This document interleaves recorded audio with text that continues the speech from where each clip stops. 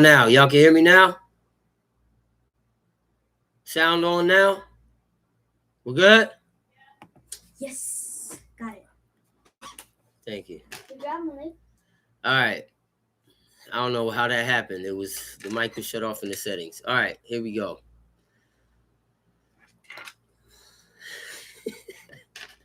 Somebody said he about to do the whole live on mute. Yeah. Who's that? Who's Flowers? I don't see them on, but who is Flowers? Where you at? Male or female? I don't know. Anyway, let's jump right into it and waste no more time. You see what it is. This is part 3, dietary laws. Got a lot of more good information to go through today. We're going to get specific with not just finishing Leviticus 11, but also diving into ingredients and derivatives to know what to look out for, right? Process of how things are made so that we know what makes this product or this ingredient unclean. And this comes from years of research. You know, it was being done before I got to the camp in 97. Right. And then I continued doing my own research. I researched alongside my teacher, Chief Eleazar, as well. And through the years, more and more information has come up. So we're going to go over that. Wow. It's still freezing. Are we good now? All right. Yeah. Those of you all that don't know, I'm in the desert, and I upgraded the Wi-Fi. Yeah, I gotta look for another solution because no other providers will come up here or come out here, rather say. All right, here we go. Let's just go back in. It's freezing. Oh, we good.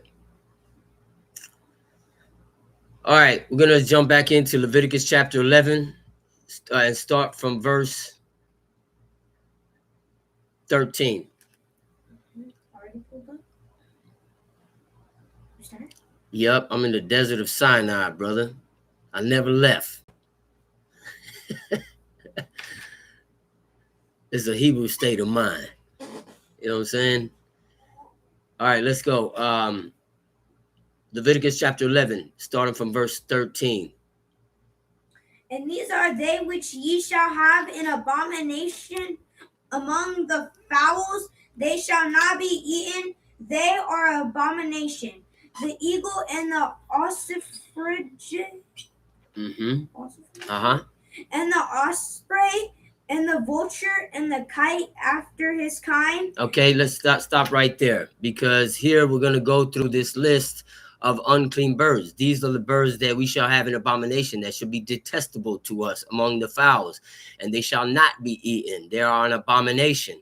And it's going to go through a list of unclean birds, right? So we're going to notice something throughout this list. It's not going to tell us the clean birds, but we'll get to that. So go ahead, start from verse 14. And the vulture and the kite after his kind. Okay, stop right there. Lemina. This is where we're going to understand in the Hebrew a little bit which birds or words here are actually masculine and feminine. Remember, Adam named the animals. Adam named the birds. And even though it might be a male bird, it could have a male amongst this particular species of bird. It could have a feminine name, right? So this particular bird, read that verse again, 14. And the vulture and the kite after his kind. Okay, and the kite after his kind. So the kite, it says here falcon in another translation, and believe me, I've done the research trying to get to the bottom of these translations of the birds' names, and there's so many different conflicting translations in different dictionaries that I'm just not even going to attempt to try to lock it in to say this is what this bird means, this is what this bird means. We know there it could be one or two or three according to the definitions of what we're checking out. Now, some of these words have one definition in all of the dictionaries. Some of them have more than one. And so with that, we can't really put a stamp on it. But what we could see is that it's one of these two kinds or one of these three kinds that are mentioned as a definition. And now we have to figure out what that word means when it says after its kind, right? Now, here's another thing. In the Hebrew, it says the word for kind is min, right? Now, in this particular verse, it says lemina, after her kind. So the kite is referred to as a feminine. The name kite, or the word in Hebrew, which is ha'ayah, is a feminine name. So is referred to as her kind, right? Not necessarily meaning they're all female, right? But the name itself of this particular bird species is a feminine name. So lemina, after her kind, right? Read next verse, 15, only 15.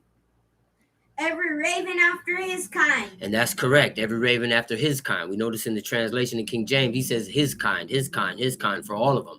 But it don't say his in 14. But for 15, it says lemino, after his kind.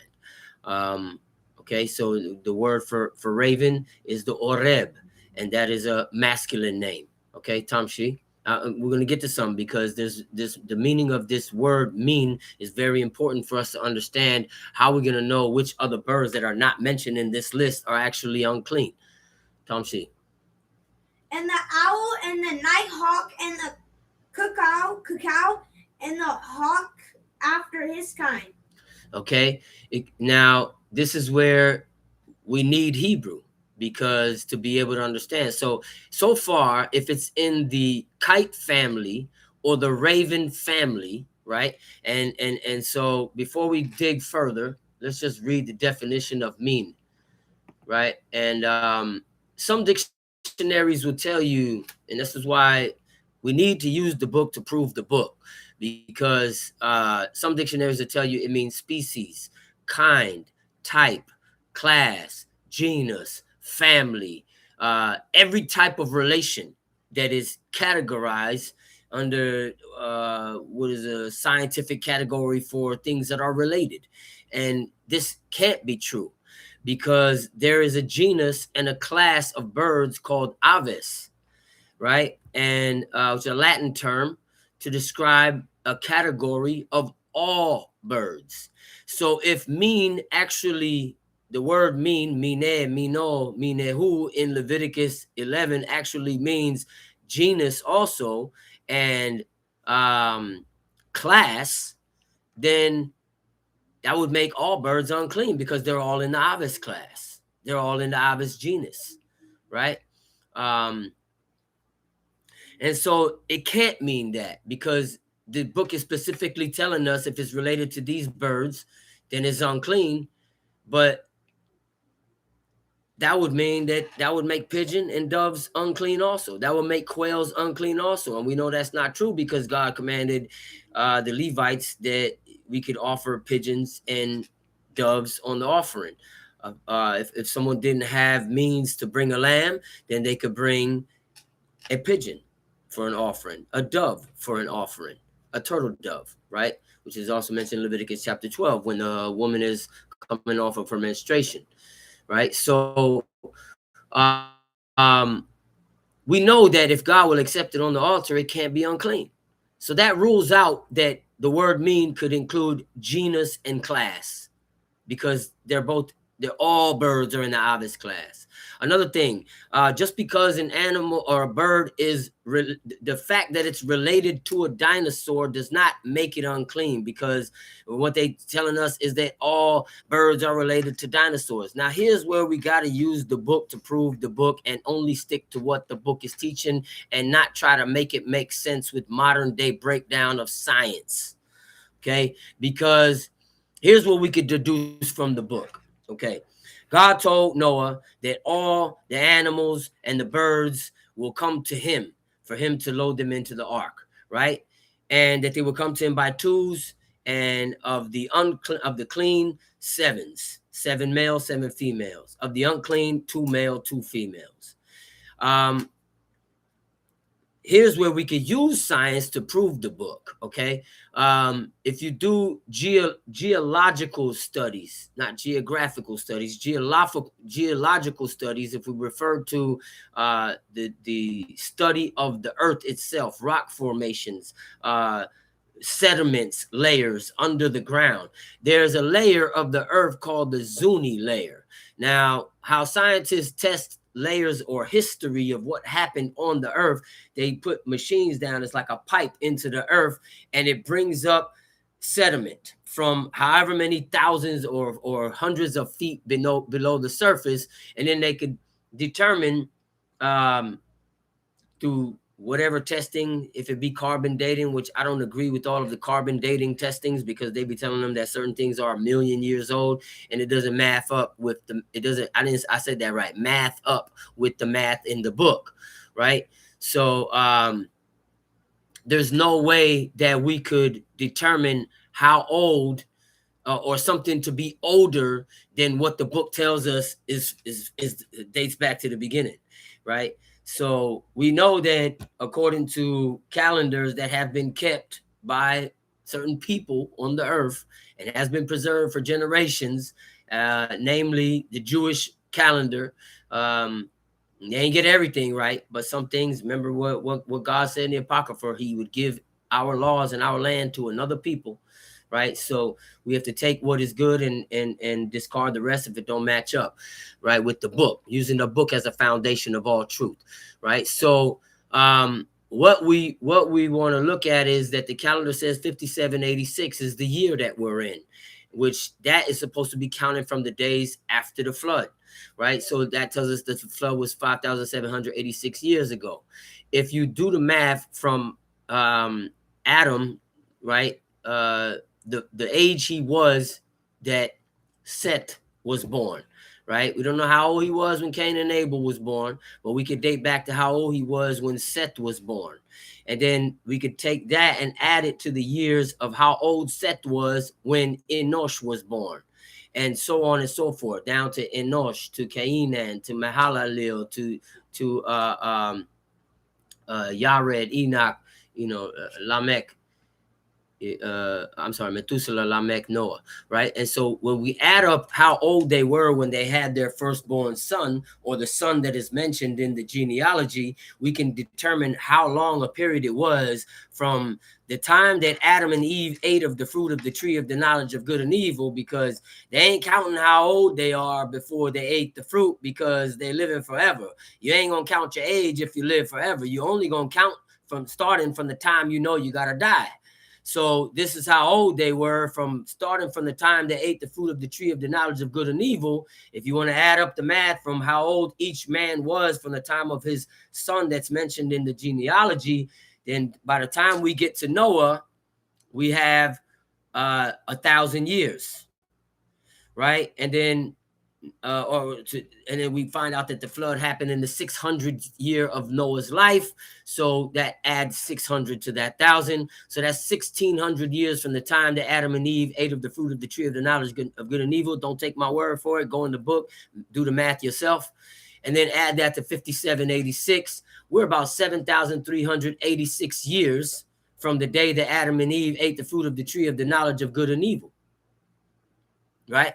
And so we don't know how long they were here before that. There's no recording of that time. There is no time stamps in the book for us to be able to add a certain number to that time.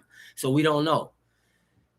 If we want to talk about how long the first days were in the days of creation, the only reference that we have in the book to make an educated guess on that, because that's all it is that God said yesterday is as 1,000 years in his eyes, which meaning, and it means the day afore, right? So which means a day would be regarded as 1,000 years in the eyes of God. So since we know that there was no sun and moon until the fourth day, then an educated assumption based on the evidence that's left for us in the book, we could say that each day was 1,000 years in the first 6 days of creation, possibly even the seventh day, right? When did Adam and Eve eat of the fruit of the tree of the knowledge of good and evil? Was it the 7th day? Was it the 8th day? We don't know, right? We don't know that. So we can't add on to that and say this is how it could have been 7,000 years plus 7386. It could have been 8,000 years or some amount of time in between, in the middle of however long that day was, right? We don't know. And remember, this is us trying to match up God's time with how we count years. So it's never going to be accurate. But one thing we know for sure, it's not a million years. It's not 65 million years ago. You know, that from when they tell us the dinosaurs went extinct. So we know that all of that is a miscalculation, I'm going to say. Okay, that's a miscalculation. And they use carbon dating to test certain things that they find in the earth, like fossils, right? Here's a problem. They told us in school that things could be fossilized at a certain amount of time in certain conditions. Well, since the climate of the earth has been rapidly or constantly, not rapidly all the time, but constantly changing since the days of before the flood and during the time of the flood and even after the flood, that the earth's atmosphere has changed drastically throughout the ages, then they have to consider that the conditions for things aging changed according to the climate, according to the environment, according to what was present in the air, including if there had just been a flood and there was volcanoes all over the earth, if there was acid rain pouring down from the sky, when the ground shot up from the earth and the fountains of the great deep were broken up and those debris started coming back down, there was all type of different minerals in the atmosphere that came from the depths of inside the earth that shot up into the air, which changed the whole atmosphere, right? It's another reason why God shut Noah in the ark. It wasn't just because of the waters. The whole atmosphere was different. And so it wasn't until the waters were abated that he opened the window and things were going back to changing to come to normal environment again. All of these things have to be taken in consideration when there's talking about, Chief Abraham. They gave them the name dinosaurs. The book calls them dragons, right? And from what we know, there was even dragons in the earth that went extinct after the flood. But what we do know for a fact that's documented as far as geological science is proven, that the Zuni layer of the earth is about 6,000 years under the earth. And that layer of the earth was proven that it was all dried up mud. And this proves that around 6,000 years ago, just so happened to match up with what we read in the book and what we have on our calendars today, 5,786 years around that time, that layer of the earth was all mud everywhere on the earth. Whether you do that test in China, whether you do that test in Africa, whether you do that test in North or South America, it was mud all over the earth in every region on the Zuni layer. And the layers are named after whatever the scientists named it, but according to a certain time, right? So around 6,000 years ago was the Zuni layer. Check it out for yourself. Don't take my word for it. In that layer of earth, there was mud all over the world that proves the biblical flood. Is the last layer of earth that they found dinosaur bones. So we had dragons in the earth after that, just not those huge giant ones, right? And so what does that tell us? That the dinosaurs did not board the ark. And if the dinosaurs did not board the ark, that's likely not a creature that God created during the first 6 days. And say, well, how is that? What else was here? Well, we know that when the angels came down and went into the daughters of men and chose them wives, that the children they had were not regular men. They were God-like men, according to what we read in Genesis chapter 6. Anshe ha Elohim. Anytime you read in the book where it says men of renown, it doesn't use that. It says men Shem, right? I mean, it says, it says B'nai Hashem. Anytime you read men of renown in another part of the book, because it says men of renown in Genesis 6 also, it says Anshe Shem, men of name, men of fame, men of renown. But in Genesis chapter 6, it's different, and it explicitly states Anshe Hashem. And we only know one Hashem, and that's the name that we read about in Leviticus chapter 24, when 25, when the son of the Israelitish woman blasphemed the name, is what it says in Hebrew. It doesn't say the name of the Lord, it says he blasphemed Hashem. So we know that Hashem is God. So when we read that in Genesis 6, it tells us that these were children of God or men of God. But we got to look to other parts in the book where it says man of God. It says Anshe Elohim, Anshe Elohim, Ish Elohim. So anywhere else in the book, it says a man of God. It uses a different linguistics in the Hebrew. So the logic of the Hebrew language tells us that this has to mean something different.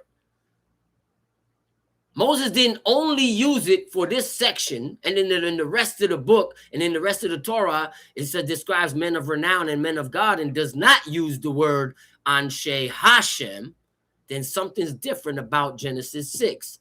And that tells us that it doesn't just mean godly men, or men of God. It means godlike men, because putting 2 and 2 together, we could understand that the angels who were powerful and had godly powers, or powers like unto God, that the children that they would have would also be imparted with these same powers, right? And if that's true, we also know that they were also mixing of kinds of other animals. Even though we don't read that specifically in Genesis, we know that they corrupted the earth.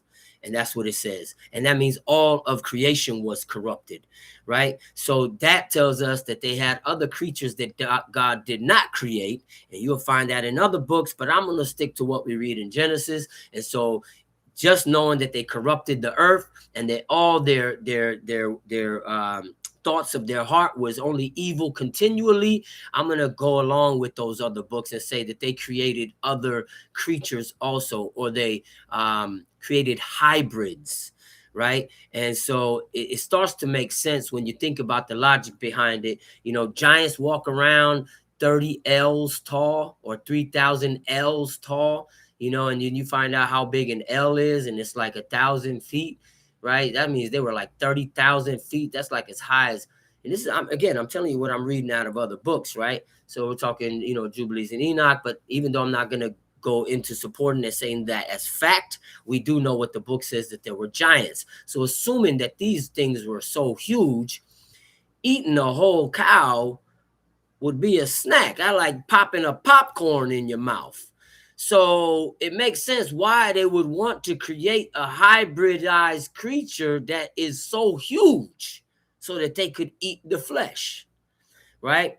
And this is just me trying to make sense out of it. Don't say I'm putting a stamp on it. This is not what you're going to read in Genesis. This is just me trying to make a sense out of it, because the proof that dinosaurs existed is actually shown that there were bones found, right? So that means they did exist. We're not going to deny that, even though it doesn't mention them in the book, because we have proof, physical artifacts or archaeology and digs that have been documented and found, and you can see bones in museums across the world, right? So that being said, the dinosaurs didn't board the ark. That proves that that's not a creature that God made. All of the creatures he made, he said they were good in Genesis chapter 1. If they were not good, then they wouldn't board the ark. So that means everything that he made was good, and everything that he made boarded the ark. Any creatures that were not good is not what was created in those first, on the 5th and 6th and 6th day, rather 5th and 6th day, and they would not board the ark, right? And so it's proven through geological evidence. With that being said, now I said all of that to say this: if a bird is related to a dinosaur, which is what scientists tell us is not the deciding factor that makes it unclean, because they tell us that all birds are related to dinosaurs. I ain't going for that. What makes more sense to me is that there's a gene in the birds, or that a bird was used in the making or creating of dinosaurs, right? And remember, everything was way bigger in the beginning. So look how big an ostrich is today, or an emu, right? And if all birds are in the same class because they're related, or the same genus as aves, and they're related in that way, that doesn't necessarily mean they are the same mineh that we read about in Leviticus chapter 11. And that's why we need the book to teach us what words mean, because we're not going by what science classifies or categorizes as a species, a kind, a type, or the definition of mineh. We look for the book to teach us what a mineh is. And since it doesn't match up with science, we can't say that mineh includes class or genus. Right, so that part gets thrown out of the Hebrew English dictionary when we find that definition, because that doesn't match up with the book. And I ain't gonna trust a Hebrew scholar more than I trust God, and more than I trust that Moses wrote the words that God told him to write. Right. So, and then the rest of the scribes, they were handpicked by God. They wrote the rest of the Tanakh. I'm gonna side with them before I side with a modern day Hebrew scholar like Brown or Briggs or Oxford. Right. So, you know, this is how we're going to use the book to prove the book. So the definition of mean, and this is another reason why I love this dictionary on archive.org, which is a Hebrew and English lexicon of the Old Testament with an appendix containing the biblical Aramaic, because it tells us what the word means. You find the root word, then it'll show you every way that that word is conjugated in the book, not in another book, not in modern day Hebrew language, but how it's used in the Tanakh. Only the Tanakh. It doesn't give reference to any other books except the books in the Tanakh. And it tells you how it's conjugated, where it's used, what verses, and what it means in those specific chapters and verses according to the context. This is why I love this dictionary. And it makes sense because the logic is consistent with what we read in the book when we look up that word in other chapters, right? And it took a while before I could stamp this, because I've been using this book for about over 10 years now, this dictionary. So what it says here, and the only definitions of mean in this particular dictionary are kind and species. And that makes more sense. Kind and species. So if it's a bird, it's related in a class or category or genus as a bird, but there are many kinds and many species of birds. So now this makes more sense when we read Leviticus chapter 11, and he says after its species, after its kind. It's a bird, but there are different kinds of birds. There are different species of birds, right? Now, according to the definition of what kind and species mean in English, that corresponds with the definition of mean in Leviticus 11. So we can rock with that. It doesn't match up with class or genus. So now, after his kind, her kind, his kind, verse 16, Tamshi. 16. And the owl and the nighthawk and the cuckoo and the hawk after his kind. And the cuckoo and the hawk after their kinds is what it says. So in the verses where it says his kind or her kind, and this is why we need the Hebrew, is not birds that are related to all the birds in this list. The Hebrew is specific. It mentions 3 birds in Leviticus 13, 2 birds in Leviticus 14, but it's only specific to the last bird, lemineh. It says her kind to the last bird mentioned. In Leviticus, in the verse 15, Leviticus 11, it specifically only mentions 1 bird. So it says, after his kind. We know that's referring to ravens. So far as it's related to the ayah, which is either a falcon or a kite, or the oreb, it's unclean. If it's related to those 2, even though we've already read 6 birds up until verse 16. 7 birds. Yes, 6 birds up until verse 15. Now 16 mentions 1, 2, 3, 4 more birds. And then it says at the end of this verse, their kinds. Leminehu. So that means it could be related to any one of those birds in verse 16, and it will be unclean, because these are broken down into sentences in Hebrew. And a reading comprehension tells you it's going to say their kind pertaining to the birds that are mentioned in that sentence, and not their kind related to all the birds, or it wouldn't keep saying over and over again, his kind, her kind, their kind. It would have just waited till the end of the list and said their kind.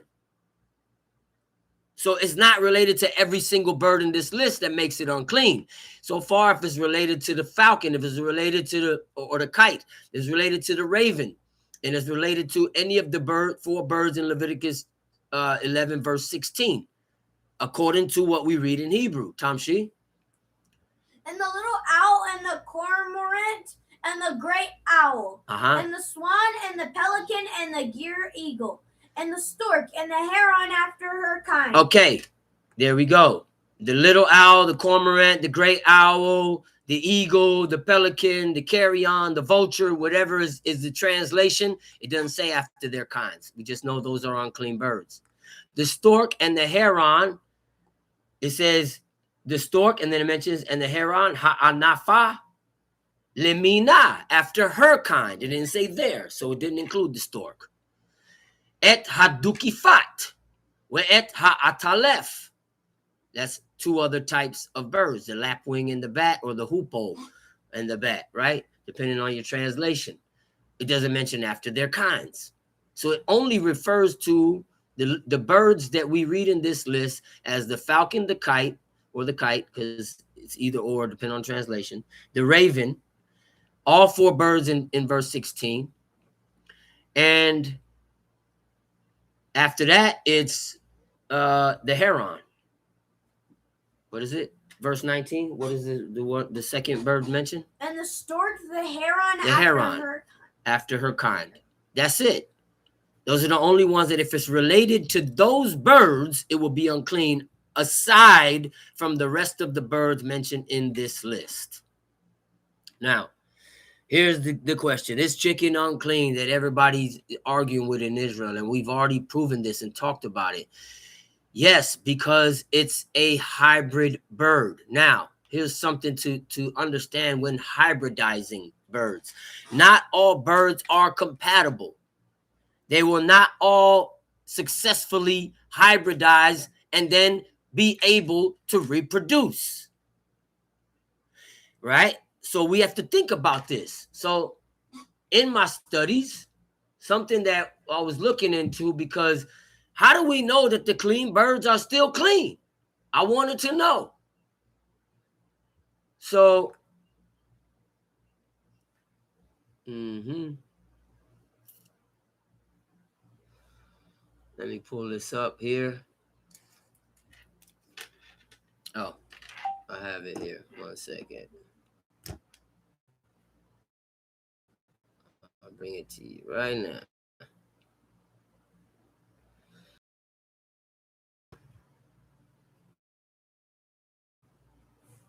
We still good on sound? Everybody is still clear? Josiah is 7 and Malik is 9. Malik is my scribe.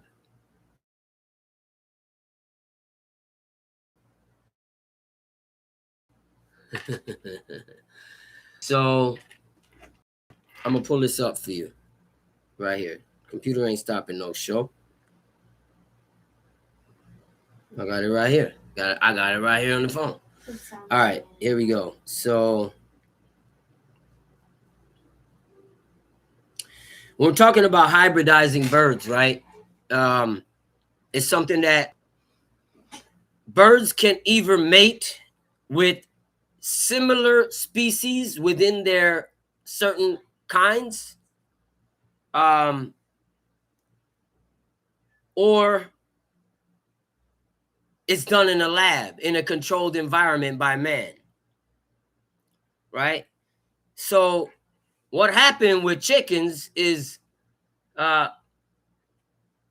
we know that man was doing it, but it's also proven that it happened in nature, in their natural habitats, where certain bird species that are of similar species have the same habitat and may not recognize each other according to colors of their feathers or mating rituals, right? For instance, a quail has different mating rituals than a chicken. So a man would have to take a chicken and a quail to the lab and hybridize them by artificial insemination, that wouldn't be something that could happen in the wild, because as soon as the male quail, and besides they're very different in size, which would make it dangerous. Not only dangerous because one, the female might not survive, or the male might not be able to get it off on a large chicken, right? And so because of that, it can only happen in the lab.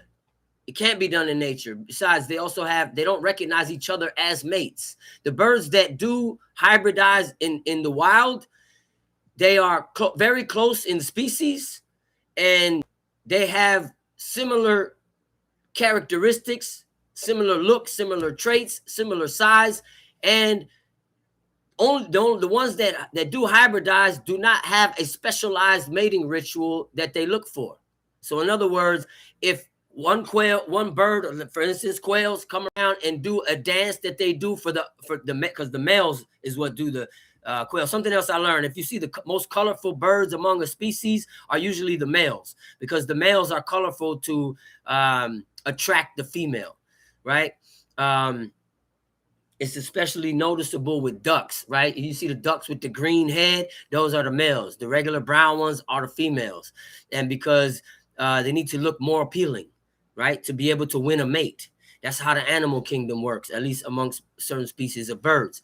Also, certain birds do dances. You know, there's one bird, he goes and he cleans up the whole area, and like he's setting up the house, he's setting up the crib, you know, to have her over for a date, and he cleans out his whole area of the forest floor and makes it all clean, moves all the trash out the way, and then he starts doing the dance. And she look at him and you ain't got the right moves. And she's off. And she go fly for another male that has the right moves. So this is different amongst different species of birds.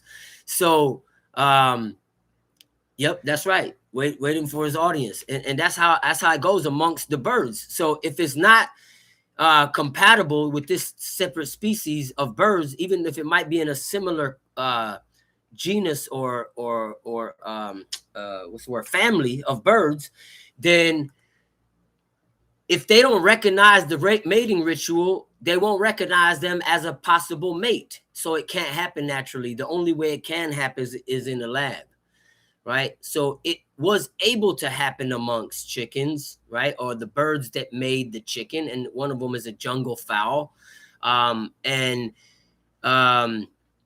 This is a specific type of bird, right? Called the jungle fowl, mated with another type of bird. And in their environment, they was able to get it off. And because they were so close in genes, they were able to produce offspring. The eggs would actually hatch and created chickens. So this is something that's similar that would have happened in nature with cross-pollination, different varieties of apples. We got over 150 different varieties of apple today, 150 different varieties of grapes. And it happened not because man started mixing different grapes together, you know, because they're all still the same species of plant or fruit. Apples are apples, grapes are grape, you know. So it's not that they got mixed with other fruits. No, it's that when pollen blows, you know, through the wind, it's called cross-pollination or cross-pollination. The wind blows and pollen from one flower of a specific type of plant or tree lands on the apple flower and it pollinates it. Then the apples come out with a different characteristic. Maybe it affects the color, maybe the taste, maybe it affects how large it's going to be, right? And so I've seen this happen in real life, working on a farm up Central Coast, California. And I mentioned a few weeks ago, you know, what happened to the actual crop and why. We were in the middle of wine country, right? And so things happened and characteristics were adopted from the grapes that surrounded us. But with that being said, it happened naturally. So man didn't do it. Now, same thing with chickens. But that doesn't make it clean because it happened naturally. Because the birds that happened amongst were unclean birds. And we find that out when you look it up, because it's related to one of the birds that's mentioned in the list of Leviticus chapter 11, that jungle fowl is related to one of them. I believe it's the yanshuf, right? Which is a turkey buzzard. And so, and if it's related to that bird, then that would make anything that comes from it unclean, whether it has a natural hybridization or not. Okay? That's why chicken is unclean. Not because related to dinosaurs, not because science told us that, because science told us all birds are related to dinosaurs. And I ain't going for that, because dinosaurs didn't make it to the ark. And if that's the case, God didn't put the stamp on dinosaurs and say they are good. And he said everything he created was good. The rest of it is logic. Hey, go tap him. And so we got to use the logic of the evidence that we have in the book to be able to prove the book, right? And why, what makes things clean and unclean. And that's clean. Okay, what does it say? I took from Deuteronomy 22, 6 and 7 that there are grounded birds like partridge. There are grounded birds. I don't know if it necessarily says partridge and pheasants. That you see, this is where we have to be careful. Shakarut, if I'm pronouncing it right. We have to be careful with the translation of when it says, you know, the dam and the mother being on the eggs. Was that necessarily a partridge or a pheasant? Is the word used for if a bird's nest, and the word for bird, is it an accurate translation? If the translation for that word for that bird in Deuteronomy 22 is actually a partridge or a pheasant, right? Or is it just meaning birds, period? Because if I'm not mistaken, it says off, right? So if I'm wrong, correct me. You know, if what is that the Hebrew word for Deuteronomy 22, the word for bird? But we have to have a name for a specific bird to be able to say that mean we could take those eggs. And when it says you take the young to thee, it didn't necessarily mean we could eat the eggs, right? Nowhere in that chapter says that. So I have to clarify that also. Nowhere did it say we could take the eggs. It said take the young to us, not the eggs. So you would leave the eggs and you would take the young. Why? That's just what the law mentions. You can't hatch an egg, probably, right? And it's not for us to eat. It was to preserve the life of the birds, right? So you take the young birds to you, so you could take care of it and nurse it and preserve the life of that bird whose nest fell out of the tree, right? You leave the mother because if there's any eggs, she could sit on the egg, or she could, you know, reproduce again, right? And leave her to her natural habitat. But that young, God is telling us that we should take it to ourselves to, obviously, to take care of it, not to take it and eat it, right? So, Zippor, okay, thank you, Chief Shama. And that is not necessarily translating to a specific type of bird. And if it is, we have to be sure that the word for Zippor translates to pheasant or partridge.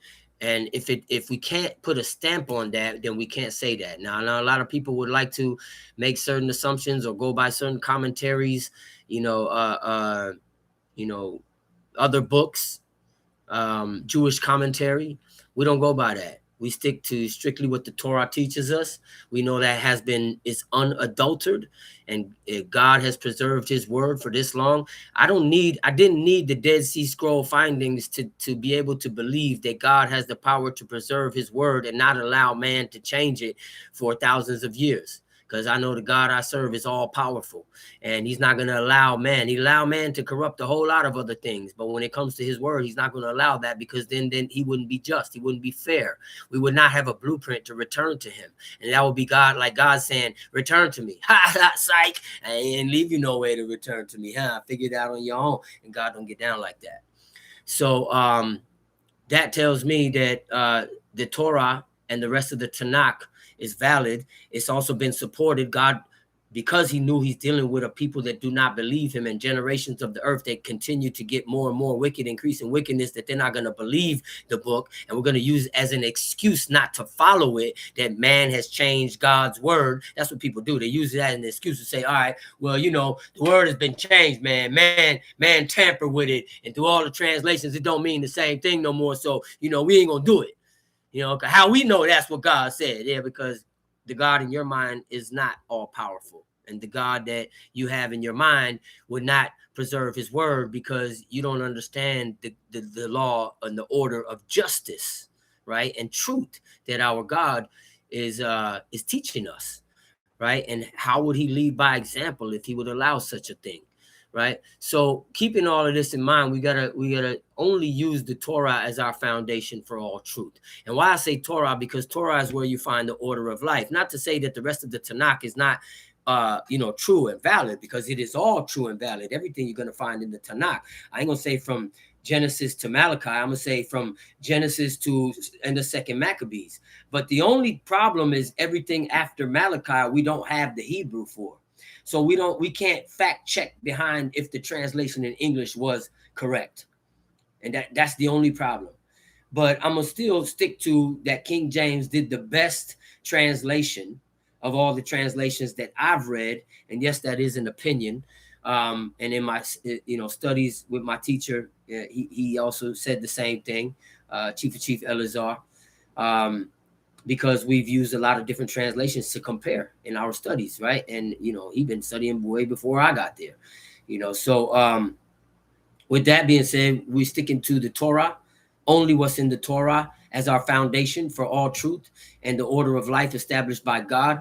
And if any other findings don't match up with that, we're not accepting that as truth. And if it's up in the air, then we have to use the motto, when in doubt, do without, right? So since we don't have a definitive translation for the word Zippor, we're going to say we still going to leave partridge and pheasants out because those are not mentioned in the offerings. And the only reason why we know quail are clean is because God used or fed the children of Israel quail in the wilderness.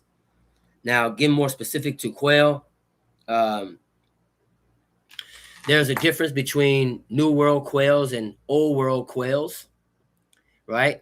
And the difference is that the Old World quails were native to a certain region of the earth. And as time passed, that natural hybridization happened in the wild and created new species of quail, which are also compatible with other quail. So this is not something that man did. This is something that happened in nature. And since quail mated with other quail that adapted other characteristics when they went to other regions, because here's also another fun fact that when we have to do our studies, we need to ask the right questions.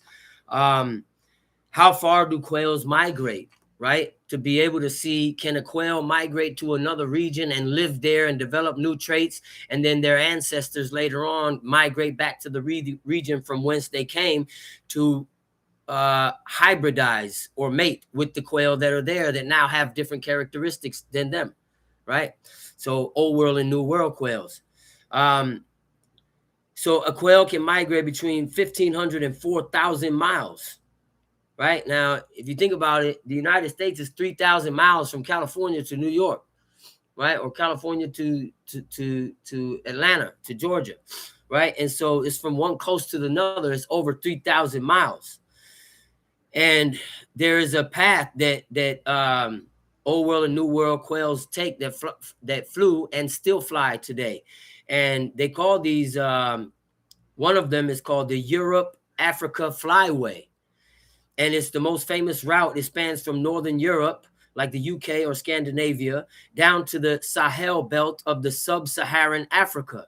Now, this journey requires them to cross both Mediterranean Sea and the entire Sahara Desert on their own wings.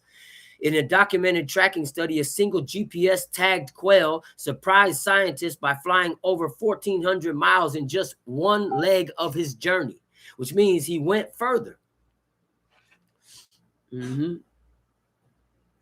I don't see geese and duck being unclean. I mean, being clean. I don't read that in the book. Now, if we're gonna base it on what is mentioned in Chronicles, where King Solomon ate barbur, is what it says in Hebrew, then we have to trust the dictionary that has given us the right bird's name for that barbur. And since in my studies I've come across it to mean duck, geese, pheasant, or one of the definitions just says fatted fowl, and fatted fowl covers a wide variety of bird species. So it's still, we can't put a stamp on that and say that's the bird that Solomon ate, because fatted fowl covers a wide variety of bird species, which means the translators, which are all modern day translators, if you want to talk about King James all the way up, it's still modern times. You know, none of this translations come from BCE, you know, which is before the Common Era, right? So we don't have books to translate that. Those libraries were burned during the time of Rome and Greece, the Library of Alexandria. So our fathers might have had books that broke all of this down, but that information was lost during the Greco-Roman era. At the same time, when the Romans and the Greeks hired Egyptian scientists, physicists, and mathematicians to teach them math, and then burned all the Egyptian, you know, annals and records to prove that they knew it first, right? So, you know, this was the whitewashing of the world. You know, this is how it happened. So it was the beginning. So knowing all of this, we putting all these pieces of the puzzle together. We can't definitively say by Torah that the geese and duck are clean, because they're not mentioned in Torah. And we don't have a book that gives us a clear definition of barbur or barburim, right? That's mentioned in Solomon's provision, right? So we can only definitively say by the book that pigeons, doves, and quail are clean, because pigeons and doves were offered as offerings and accepted of God, and then quail was given to the children of Israel by God as food in the wilderness, right? So back to this migrating of the birds to understand how New World and Old World quail came about. They were traveling over 4,000, up to 4,000 miles, you know, from between Europe, Asia, and Africa, right? And then there's something called that's the Europe, Asia, Africa flyway, right? So that they would travel a certain, over the Mediterranean Sea from Europe, over the across the Mediterranean Sea, then across Africa, across the Sahara Desert to south region of Africa, where other quails are also present that have different characteristics, because we all know there's something called natural selection. God made all of species that he created to be able to adapt to their environment, because he made all things to be fruitful and multiply. And so in order to be fruitful and multiply, if the environment happens to change, or if the climate happens to change, then species would have to be able to adapt to their environment. And in adapting, there's something that happens with the scientists call a process that happens called natural selection, where species have the ability to adapt to their environment in developing new traits and new characteristics to promote the survival of another generation of that species. So there are certain spiders that you take from one side of the earth and came to another side of the earth in somebody's luggage or on a boat a long time ago, and then had to adapt to a new environment. And now this spider moved from a desert to a jungle, you know, and had to adapt to being in a less arid environment where it's now more moisture, and they develop new characteristics where now their webs, you know, have to be stronger to be able to hold water droplets, you know, when it rains. And there's all kind of things that they had to develop new characteristics to be able to survive. Well, the same thing has happened amongst men. This is why we are different colors. You know, the whole first world was black. You know, Noah's son Japhet migrated into the northern region of the earth, you know, where it was colder and rainy, and no longer needed as much melanin in their skin. You know, the hair didn't need its coarseness to protect the scalp from the beating rays of the sun because it's cold, but instead had to adapt where hair will grow longer, and people became hairier to protect their face and their bodies from the cold, right?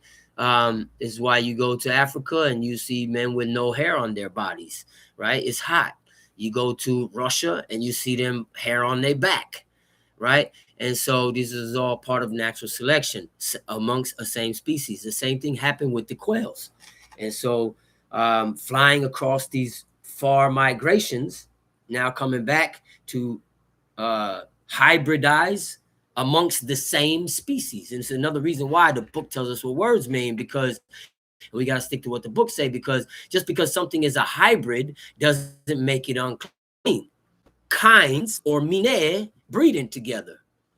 It could mean two species that are of the same, or two birds that are of the same species closely related, right? So how did they get not two different species? Is when one family of them migrated to a different region, either on its own or through travels, because they had to escape certain weather conditions, through the changing of times, the ice age, all of these different things, the heating up of the environment in certain regions, and then they adapt into a new species within the same kind, within the same mine, within the same mino, its kind, his kind, right? So we need to keep all of this into consideration when we're doing our research, and don't just be so brainwashed by modern day science to when we see hybrid, we go, it's unclean, hybrid. Because that's not what mineh means. Mineh doesn't mean hybrid. It means hybrids of different kinds. And that's what's forbidden by Torah. Hybrid within the same species, because the species has developed new traits and now is interacting with the old family member of the same species, now is able to be compatible. Now, here's proof of that. I'm going to continue a little bit because I can't leave you hanging. The Asia flyway, Northern Asian populations migrated similar vast distances, leaving breeding grounds in Russia, northern China to winter in warmer climates across India and southern Asia, which means quails migrated from Russia and China down to India and southern Asia, right? So they would even be traveling even into Saudi Arabia, which is also still Asia. By the way, Israel is in Asia. Just throwing that out there. A lot of teachers are coming on talking about Israel is Africa. That's not true. Okay, so we're going to teach the truth and nothing but the truth. And if we can't prove it and we can't use the book to back it up, then we ain't going to teach it. Simple as that. And that's what we were taught by our teacher, Chief Eleazar, and that's how we all stand in the house of the Maccabees. Save that for later. Okay. So to continue with these notes here, they also flew at night and to different regions to escape certain predators. So even though this species would have been not a nocturnal species, in order to survive, this bird woke up at night and got out of Dodge so that he wouldn't be eaten by the predators of that region. And that's also part of their survival instincts, right? Okay. Now, here's how we know that quail is still clean to eat.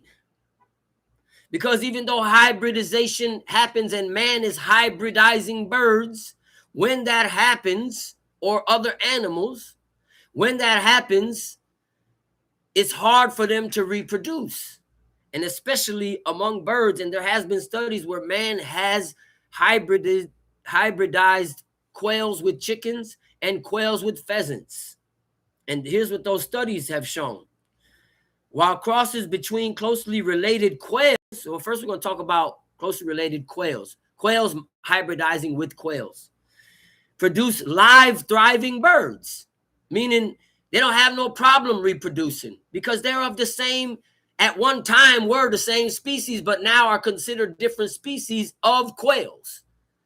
Not quail and another bird, but different species of quails, which means we got the California quail, we got the Gambo quail, we got the Japanese quail, we got the European quail, right? And those two have different names other than that, other than the Cortinix quail is the Japanese quail, the common European quail, right?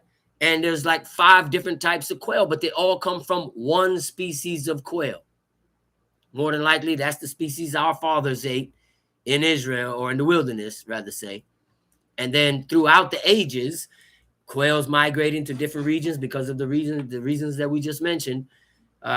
Different species of quails developed or came about. This is also called hybridizing or hybridization in science, right? But that's not what Leviticus 11 mineh means, or mino, or mean, right? The Hebrew word. So when that happened, the closely related quails naturally hybridized.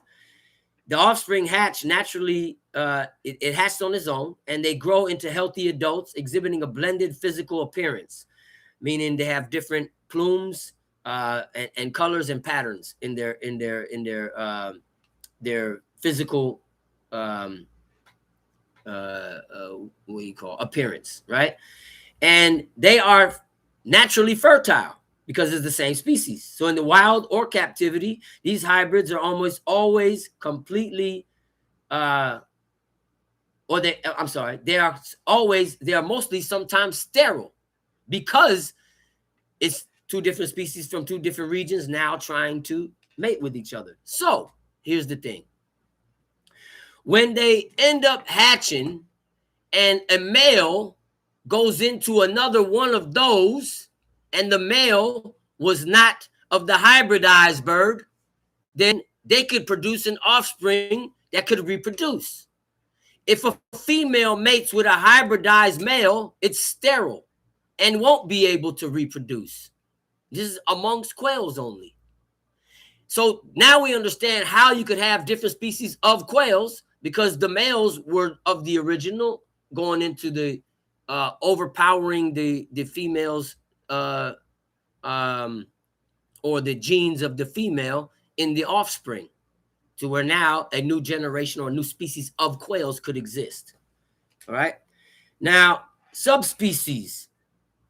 When a hybrid happens of subspecies, the offsprings are completely fertile and frequently exhibit a hybrid vigor, right? So they often grow faster and reach heavier meat weights. They experience lower mortality rates, and they lay eggs more efficiently.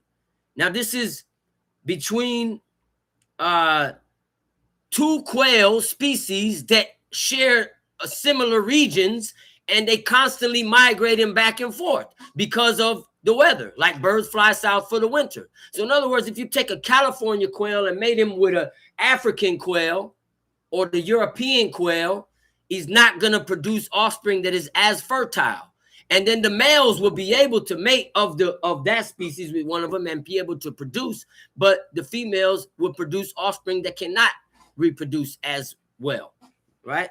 But when you have species that are from Africa and Europe that are constantly migrating back and forth, or Asia to Northern Asia to Southern Asia, or Europe to Southern Asia, which share the same traits, but maybe might look a little different because they are constantly migrating back and forth because of weather changes. Now you produce a quail that is more fertile, and he can have that quail can reproduce.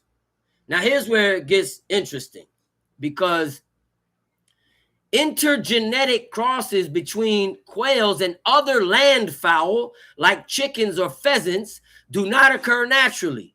Scientists have only forced fertilization in highly controlled laboratory settings using artificial insemination, because they won't naturally mate with each other. The results are disastrous due to massive chromosomal mismatches. So scientists tried to mate them, and here's what happened. The overwhelming majority of hybrid embryos suffer from arrested development and die in the early stages of incubation, which means they never hatch. They die in the egg.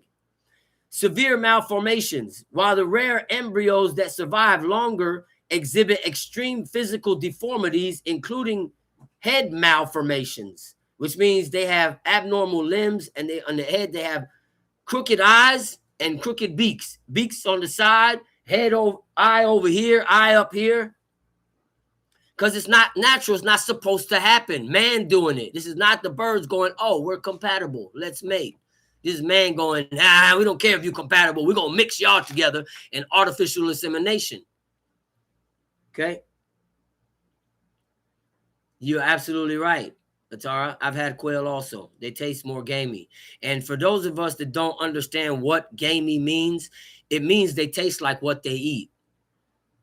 right? So if they eat vegetation, you will taste like some bitterness of the vegetation of where they eat in the flesh, right? Not gummy, gamey. Right? Okay. And here's something else. Here's some more. After the malfunctions or the malformations that happen, producing deformed offspring, if they did hatch, here's the thing. They had abysmal hatch rates, which means in the chicken quail experiments, the overall hatch rate was less than 0.4%. 0.4% of the quails and chicken hybrids actually hatched. So when you take a quail and mix it with another species of bird, not only does it have a very low chance of actually hatching that egg, if she's able to even get pregnant, or the male can impregnate another bird, it's going to be either deformed, or man would have to do it, rather say, because those birds are not compatible and would not mate in the wild. So even if man did it and succeeded, we wouldn't have another generation after that, because here's something else now. Because female hybrid embryos lack genetic viability and die before hatching, the incredibly few chicks that survive to hatch are exclusively male and entirely sterile. Meaning the females don't survive of the ones that did hatch, and the males that did survive, even though they were deformed, they still tried to see if they could survive, because you know what scientists are going to do. Don't worry, we're going to keep trying until we get it right. The males were sterile, which means they cannot produce offspring. So there wouldn't be a future generation of a hybridized, a hybrid quail with another species of bird. If it's another species of quail, yes. And that means they're just adapted to different environments at a certain time and became different species within the same species. There were subspecies that were formed within the same species of quail. So that's quail mating with quail. That's not what we're reading about in Leviticus chapter 11. We're talking about birds of two separate species trying to mate together. And that can't happen in the wild. Does not happen in the wild because the birds don't naturally do it. And you can't make them unless you bring them to a lab in a controlled environment and through artificial insemination, which means they got to use petri dishes and syringes, and then put the egg fertilized back into the mother. It happens outside of the bird, right? So just so we're clear on that. Quails are still clean. Pigeons are still clean. Doves are still clean. Would I eat a pigeon that you find in the city? I'm not, because they eat filth. You can find a pigeon chewing on a chicken bone out the garbage can. You know, they drink sewage water. And so not that it's an unclean bird, but for health reasons, I wouldn't eat it. That don't make it unclean. Okay. Now, why is all these teachers going over, about the meat and what we could eat, man? When in doubt, do without. Well, I don't want to be in doubt. And even though that's a great policy, because that's the real only way you'll be able to say truly you're not eating anything that died of itself or unclean, unless you're the type that you have the knowledge and you make the kill yourself, you drain the blood yourself, you're able to remove the fat, which is the cheleb and the peder. And if you want more information on the specific fat that God told us to remove, and remind you, I'm going by what Torah say, because God didn't call it fat. English calls the rest of the fats fat, just like it says, DHA and omega-3s that you find in fish and flax seeds is also called fat in English, but that's not what I read in the book. In the words that they've translated as fat in Leviticus concerning the offerings is peder and caleb. So those were the fat that God called fat, and they said that we should not eat, and commanded the Levites, the priest, to remove it from the offerings, that it should be burnt on the altar along with the entrails, which is the internal organs. So we're not allowed to eat those either, right? So we don't eat liver, we don't eat kidney, we don't eat hearts, talking about it's healthy. And this is where you're going to get it from. Watch the vitamins that you take, which we're going to go into more details on that too in a second, about ingredients in vitamins, in medicines, in foods that you buy in the store, right? So now that we got to the bottom of all of this, why is it so important to understand all of this? I could just eat fruits and vegetables. We are not vegans, right? That's not the way of life that we promote. But a lot of the products that we do call safe, as far as Torah, are vegan products. And there's more than one reason why we would choose a product because it says vegan on it, to be sure that we're eating clean by Torah. And that's because of the way that ingredients are manufactured, because of the way that they are processed in the facilities in which they're manufactured, the ways that they are derived, the sources that they derive this particular scientifically named ingredient now. Right? It doesn't say fat in the ingredients. It calls it something else because it was made into something else in the lab, but it was derived from an animal fat.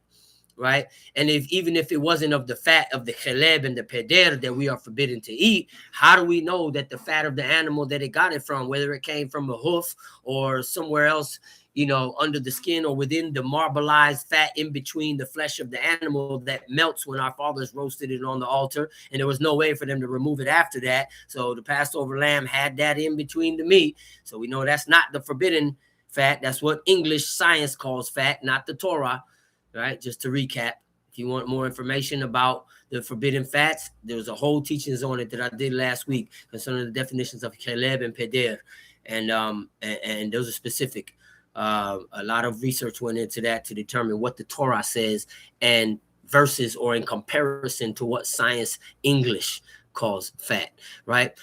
So all of that said, I could just eat vegan and be safe and know for sure.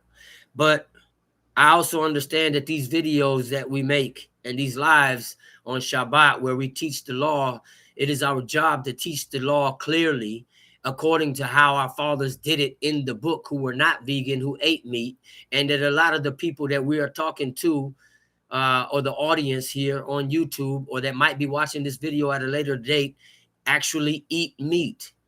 And they still want to be able to keep Torah, and maybe they don't. If they say, if I don't have to give it up, then why should I? We should be able to teach the right way to eat the meat, because they're going to look and read the book and say, our fathers ate meat. There has to be a way to do it. And if we don't educate them properly on the right way to do it according to Torah and how our fathers ate the meat in the book, then we're basically saying, figure it out on your own.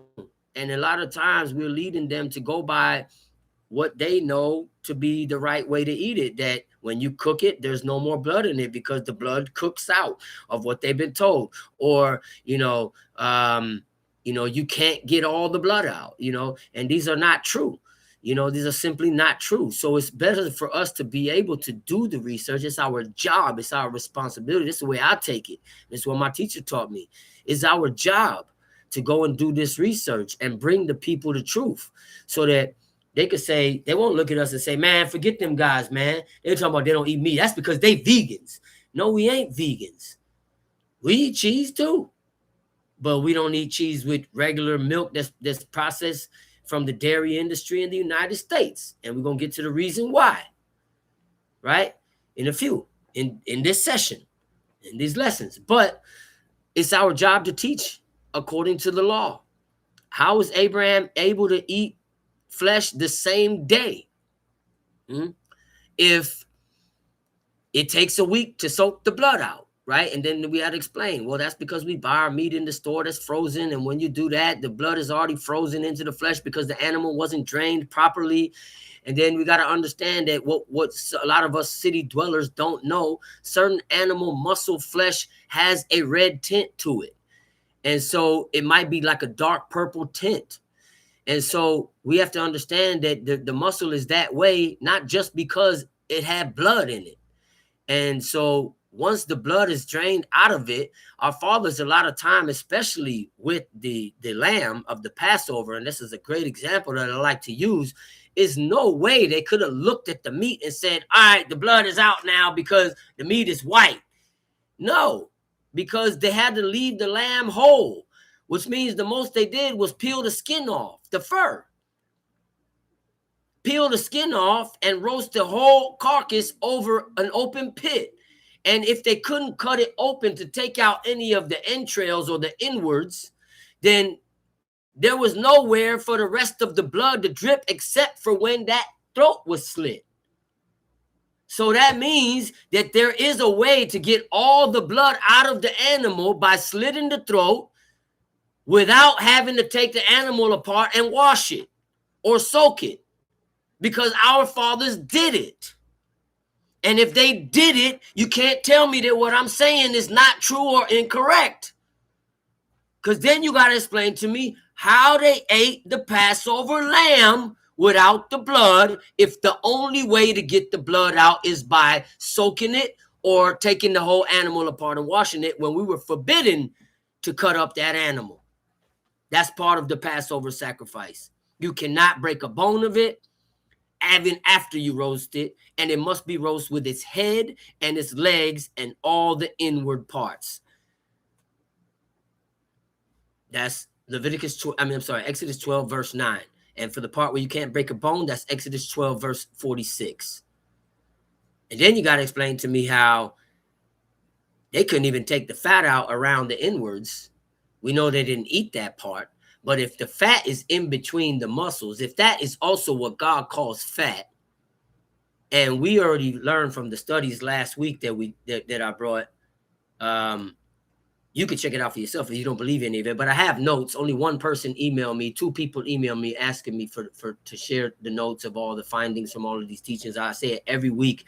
If you're interested and you want to see where I'm getting my information, I will share everything with you. I'm compiling in the Google Docs and folders, and I share everything. I'm not going to tell you nothing out the side of my head. I'm not going to tell you something that somebody told me that I heard. I'm going to tell you the research that I did on my own, and that or that I learned from my teacher who did the research, and then we did it together again when he showed me, right? And so, this is the way we should be researching things. So how, if the whole animal was roasted whole with the fat, what they call marbleized fat in between the muscle meat itself, it melts at a certain temperature, which is less than 100 degrees. And that lamb is getting well over 300 some degrees when it's being roasted over an open flame, which means that fat in between the muscles would have melted, which tells us that our fathers ate that flesh with that melted, what they call quote unquote fat in between the muscle, which is not fat as far as I'm concerned. It might be fat, but it's not cheleb and it's not peder, which means it's not the fat that God was speaking about when he told us what we could not eat that had to be burned on the altar. And this is why I say we can't go by these definitions of modern day science in English, scientific English, to be able to put definitive stamps on what the Torah is saying in English. Instead, we got to look up these words in Hebrew in the Torah and then use the book to be able to determine what it's talking about, and then do our research, bouncing it off what science is telling us to see if it matches up with the book before you could put a stamp on it. And if with the science don't match up with what the book calls the fat that is forbidden, then I ain't rocking with science. I'm rocking with the book.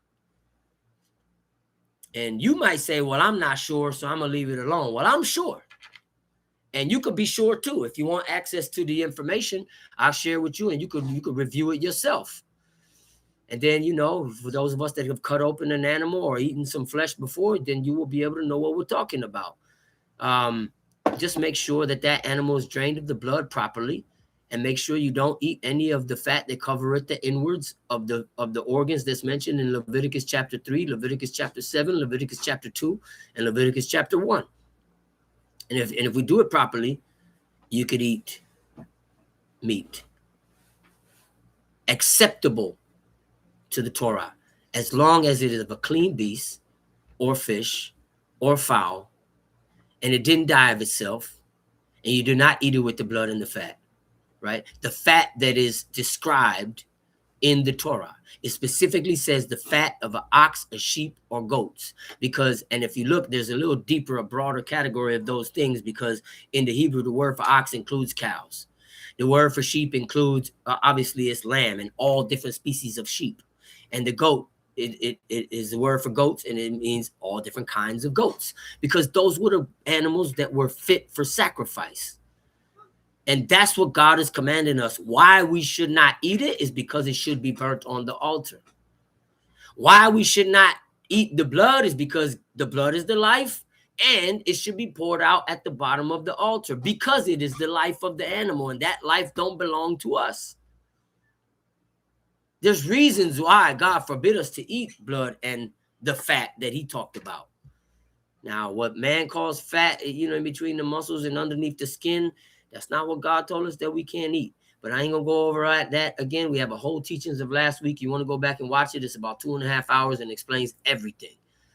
And I ain't going to argue with you. You don't want to acknowledge it. That's on you. Do things the way you want to do. But I'm sure I've done the research. And I've also dealt with a carcass of a lamb to be able to check it out for myself. Okay. Let's continue. Verse 20. Leviticus. Verse 20. Oh, wait. Did we get to the bottom of this? Yeah, we did. We got to the bottom of all the hybridize and stuff and mating and sterilization and why it's not possible. All right, let's go. Verse 20, Leviticus 11. Got it? Okay, well, when you got it now? When you get it, you pick up. All winged swarming things that go upon all fours are abomination to you. And I'm reading direct translation from Hebrew. Winged swarming things. So flying fowl is what you might read there, right? That go upon all fours. But we want to be specific according to Torah, right? So kol sheretz, all creeping things, ha'of, among them that fly, or among the winged creatures. Ha'olek, that goes al arba, on fours. Sheketzu, it shall be abomination, lakem, to you all. Yet these ye may eat of all winged swarming things, creeping things that have wings, that go upon all fours, which have legs above their feet to leap withal upon the earth. Okay. Asher lo, which have, I'm going from which have legs, right? Asher lo kirayim, right? So all of the creeping things among the winged creatures that have going off on fours, that have legs to leap with on the earth. The word for legs is kira'ayim, mima'al liraglai, above their feet. Linater bahain, to leap with them, al haaretz, upon the earth. Just hold it now because we're on verse 22, but I'm stopping here. So it's telling us that all things that fly, that go on fours, right? Listen to this carefully now. They go on fours, which have legs above their feet to leap withal upon the earth. So some things have feet with no legs, like centipedes, right? Ain't got no legs, just got a bunch of little feet, right? And then we got things that have feet with legs above it, right? And it has to fly and it has to go on fours. This doesn't mean that it only has 4 legs. And now, how did I figure this out? Because one day, living up north in the Central Coast, California, I found a grasshopper in my house. So I caught him and put him in a jar to take him outside. And while I'm looking at him, I'm going, this thing got 6 legs. I said, hold on a minute. I went and got a leaf outside. I put the leaf in there and start poking at him. And his front 2 legs went up like this to protect itself. And then he grabbed the leaf. I said, okay. I looked it up after that. And I Googled it. And science says they have 4 legs. 6 legs. Now I said, well, something ain't right here. Because God said that the grasshoppers are clean. Tamshi, you want to read us that verse 22? Even these of them ye may eat, the locust after his kind, and the bald locust after his kind, and the beetle after his kind, and the grasshopper after his kind. And now something else was wrong here. And I said, wait a minute. Beetle. It don't say beetle. It says the cricket after his kind. And if you look, the cricket and the grasshopper look the same. So does the locust. They look all the same, like the same family. The locusts fly, the grasshoppers and crickets jump real far, right? And they all look the same. But I said, man, the beetle don't look like them. What is this in here for? I don't get it. And so I started digging deeper. And the word for beetle does not translate to beetle. It translates to cricket. And I'm rocking with that because they all look the same. The locust, the ball locust, the cricket, and the grasshopper. Why do you care so much about this, man? We ain't eating them things. You never know. It might be a food shortage. All you might be able to get is grasshopper or cricket. I'm eating them. God said they're clean. I ate a cricket before. Yeah. We had what was it called? I don't know. Habanero. Yeah, Habanero dusted crickets. Roasted and dusted with habanero powder. Right? But so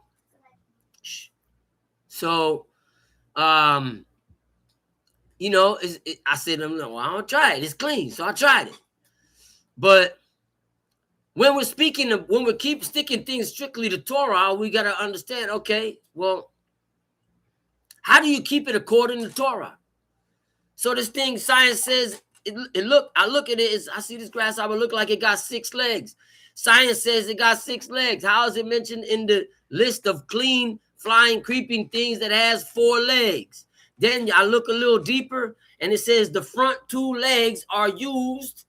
The front 2 appendages, which are referred to as legs by modern day science, are used for them to forage and grab their food and bring it to their mouth and eat, and for climbing, but not for jumping. This is why this Torah was specific. That leap withal. The legs above their feet that leap withal. They have to leap with those. The last 4 legs are for leaping in the back. And the front 2 are for grabbing. So basically, the front 2 is not what God called legs. Those are called arms, if you ask me, or front appendages. Right? Now we got to stick to what God called it, not what science said. This is why I say this over and over, week in and week out. We have to stick to what God called these things. Not the breakdown of science don't always match up with the Torah. And when that happens, we discard what science says and we stick with the Torah. God called the 4 legs in the back legs. The front 2 in the front, he did not call those legs on a grasshopper or a cricket or locust. Right? Because they don't leap with them. And that's why God put them in the front. He know everything. He knows science was going to come out in the 20th century, in the 21st century, and start calling these things legs. He understood that. And so he made it clear to us that leap withal. They have to use those last 4 legs to leap. Now, what that got me saying, well, let's continue. Let's continue before we go. Tom sheet. But all other flying, creeping things which have 4 feet shall be an abomination unto you. And for these ye shall be unclean. Whosoever touches the carcass of them shall be unclean until the even. So you touch the carcass of a flying, creeping thing, right? That's not listed in this list. He flies. Whether he got 4 legs, 6 legs, 8 legs. You touch the carcass means he died, and you touch it, you become unclean until the even. Tom Shee, save your questions for later. It will be answered. Listen, beareth aught of the carcass of them shall wash his clothes and be unclean till the even. You bear the carcass of them, then you got to wash your clothes and be unclean to the even. Didn't say you got to take a shower, but you got to wash your clothes, whatever clothes you was wearing. Right? So you go to smack a fly on the wall, bam, with the slipper, and it's stuck to the slipper. You're bearing the carcass. And that, you might look up a fly and be like, he got 6 legs. He got 6 legs. Don't matter. Because the front 2, he does this all day. You ever see a fly doing this? That's when he throws up. And he throw up on whatever he lands on. Then he goes like this. And eat it again. We got to do our studies. That's what flies do.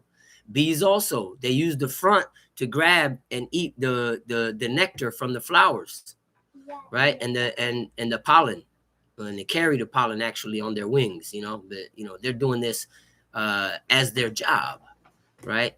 That's how God made them. They're going and sucking of the nectar of the flowers, and they're carrying the pollen at the same time. So I start to study and look into this because I wanted to understand and be able to explain the law properly. If someone asks, well, how come you get unclean when you pick that up?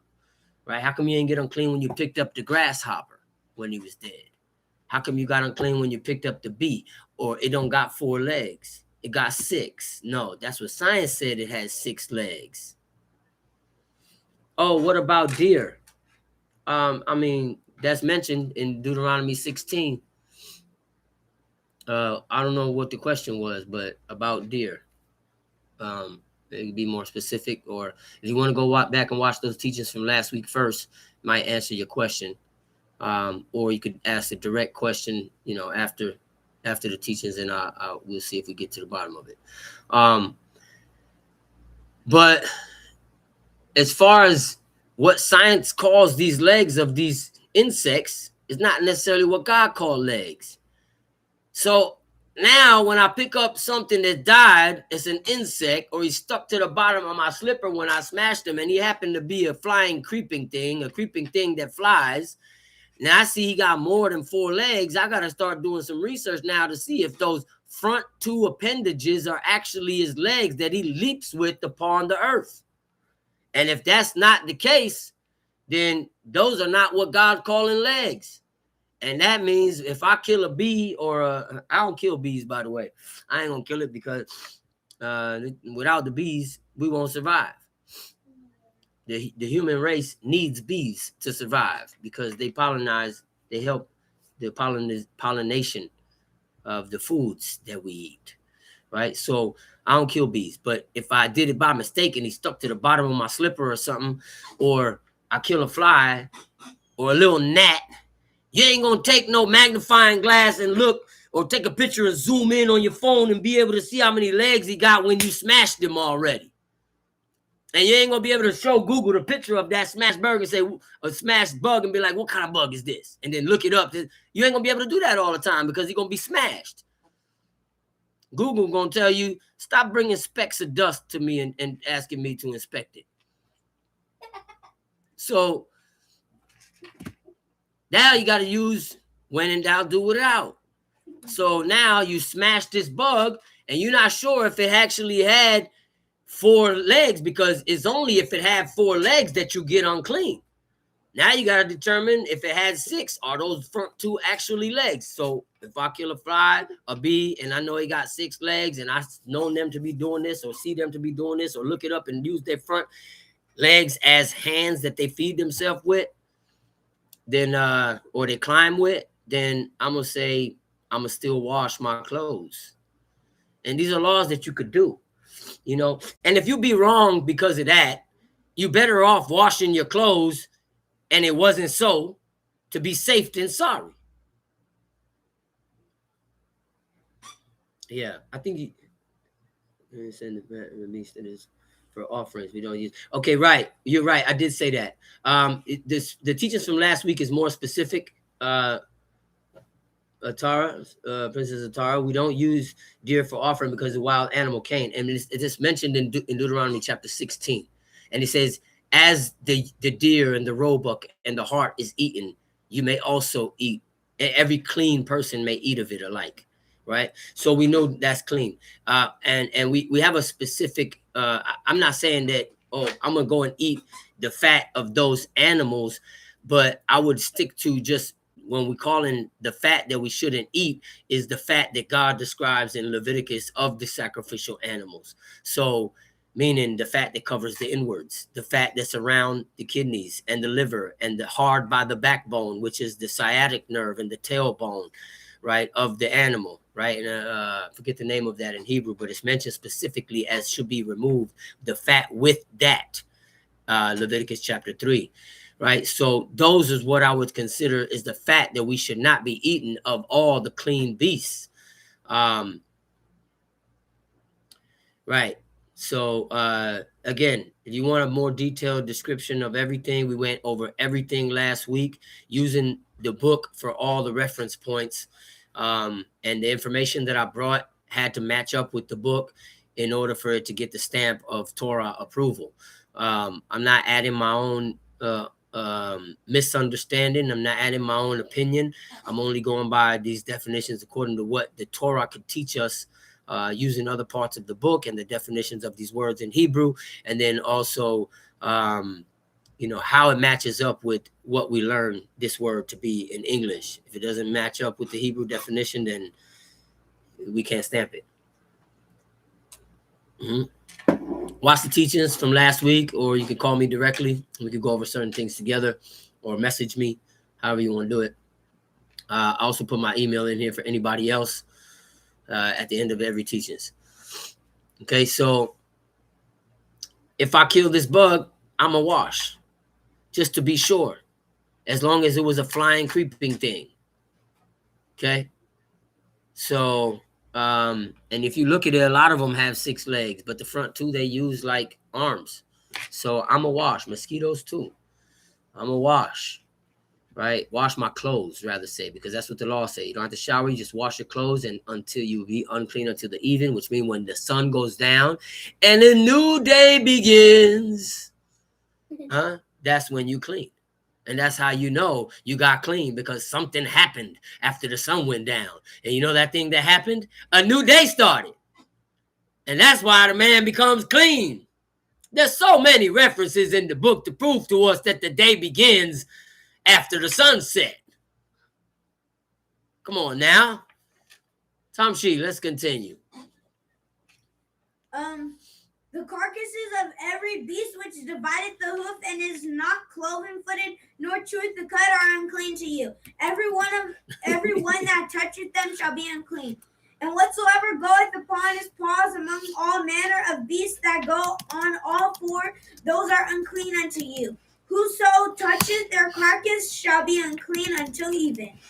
And he that beareth the carcass of them shall wash his clothes and be unclean. All right. Until the even they are unclean to you. Okay, so here we go. If you bear aught of the carcass of these things, or the creeping things, and you become unclean, wash your clothes. Now, every beast that parts the hoof, but it's not cloven-footed, and it does not chew the cud. So what is that? I don't know how many animals that is, because it is not cloven-footed, or it does not chew the cud. Because a horse chews the cud, but he got a hoof, and it's not cloven-footed. So does a donkey, right? But it's unclean. Everyone that touches them shall be unclean when you touch the carcass of it. We don't need that in this verse to teach us that, right? That it must be dead, right? It doesn't say carcass here, does it? You see, this is where there's the logic that also goes along with it. You know, men rode horses and donkeys. So it's obviously talking about the dead animal. When you touch it, you become unclean. Verse 27, start from there. And whatsoever goeth upon his paws. Wait a minute. It didn't tell you that you could get clean from it? What happened to showering and washing clothes? It didn't say that? Well, I guess when you touch it, you're just unclean perpetually, forever. And whatsoever. Put it to the side. Take that off and put the other garment on. And whatsoever goeth upon his paws among all manner of beasts that go on all 4, those are unclean unto you. Whoso toucheth their carcass shall be unclean till the even. Right. So if you go upon his paws, right? Cats, dogs, whatever has paws, right? Bears. You touch their carcass and you be unclean until the even. Okay? Until the even, it says. Until the even. So when the sun goes down, you are no longer unclean from the things that have paws. Tom Shee? And he that beareth the carcass of them shall wash his clothes and be unclean until the even. They are unclean unto you. Now you bear the carcass of those animals that have paws, which a lot of us have for pets. Then you shall wash your clothes and be unclean unto the even. Doesn't say you have to wash your flesh. Just wash your clothes. I'm gonna keep it funky. Sometimes, I kill a bug in my house, a flying, creeping thing, and it didn't stick to the slipper. It's on the floor or whatever, or it fell down somewhere. Ain't nobody here. I'm by myself. You know what I mean? Or it's the middle of the night, everybody's sleeping. I take my clothes off. pick it up, put it down the drain, turn on the water, or in the toilet, turn on the water. You could be in the bathroom by yourself or something, and it happens. Hey, you ain't got no clothes on, you ain't got nothing to wash. Just sticking to what the Torah says, that's all. Ain't nothing freaky business here. Just keeping it funky, right? You ain't got no clothes on, you ain't got nothing to wash. But don't be walking around your house naked now, in your nakedness, right? So, okay. Same thing with the beasts that have paws. You just have to wash your clothes when you bear the carcass. Okay? Tamshi. These also shall be unclean unto you among the creeping things that creep upon the earth, the weasel and the mouse and the tortoise after his kind, and the ferret and the chameleon and the lizard and the snail and the mole. These are unclean to you among all that creep. Whosoever doth touch them when they be dead shall be unclean until the even. Okay, not so sure about that mole translation. A couple of them say chameleon, and in that verse is talking about lizards, a crocodile, two different kind of lizards, a gecko. When you look up these translations, so that verse 30, I'm inclined to believe that these are of the reptile family that have legs. 29, the swarming things, the weasel, the mouse, okay. Whether or not, I'm gonna count all of them as unclean, right? Mole also. So once it don't fit the description of something we could eat, we know it's unclean. Tamshi. And upon whatsoever any of them, when they are dead, doth fall, it shall be unclean, whether it be any vessel of wood or raiment or skin or sack. Whatsoever vessel it be, wherein any work is done, it must be put into water, and it shall be unclean until the even. So it shall be cleansed. So if it's one of these things here, a lizard, I would say any kind of lizard, just because we're not sure, right? According to these translations, a weasel, a mouse, a tortoise, right? Any of these things, any part of their carcass, whatsoever any of them doth fall, any part of their carcass fall inside a vessel, whether it be wood or raiment, whether this vessel be made of a raiment, right? Because there were vessel sacks that we had, a skin, which would be something made of leather, a clean leather, right? Whatsoever vessel it be, where any work is done in this vessel, then it must be put into water, and it shall be clean unto the even, then shall it be clean. Okay, so you can get it clean if any one of these pieces of carcass, one of these things fall in it.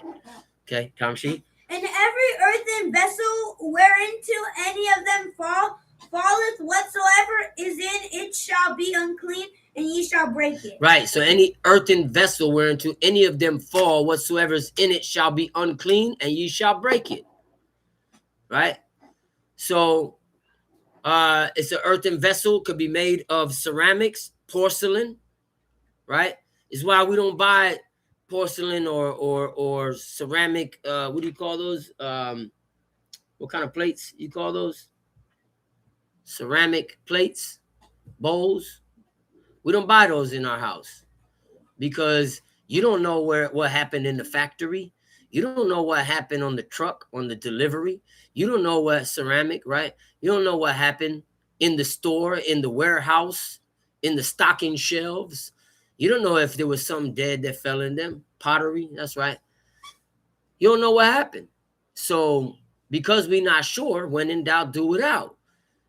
Lest you have one of these vessels and one of these unclean things fell into it. Or also, that is also in Leviticus 15, where a man that have the issue touched one of these earthen vessels, then it becomes unclean. So you don't know if the person was stocking the shelves or on the factory, in the warehouse, loading up the truck. You don't know about none of this. So because we're not sure, and we don't know if a lizard or a mouse or a tail from a mouse or a lizard fell in one of these bowls and they just went like this and wiped it out and put it on the shelf for you to buy, we don't know that. And because we're not sure, you should stay away from ceramic and pottery cups, bowls, and plates.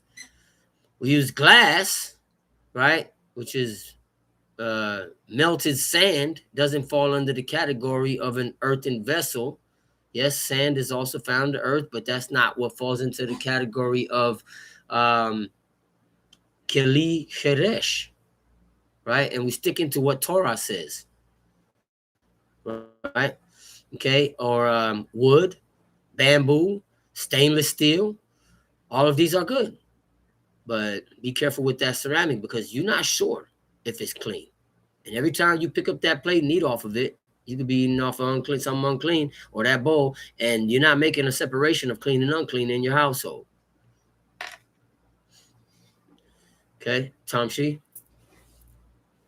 Of all meat which may be eaten, that on which such water cometh shall be unclean, and all drink that may be drunk in every such vessel shall be unclean. Okay, so of all meat, it says, just a minor translation flaw, it says ha'okel, of all food therein which may be eaten, that of which water cometh, on which water cometh shall be unclean, and all drink in every such vessel shall be that may be drunk shall be unclean.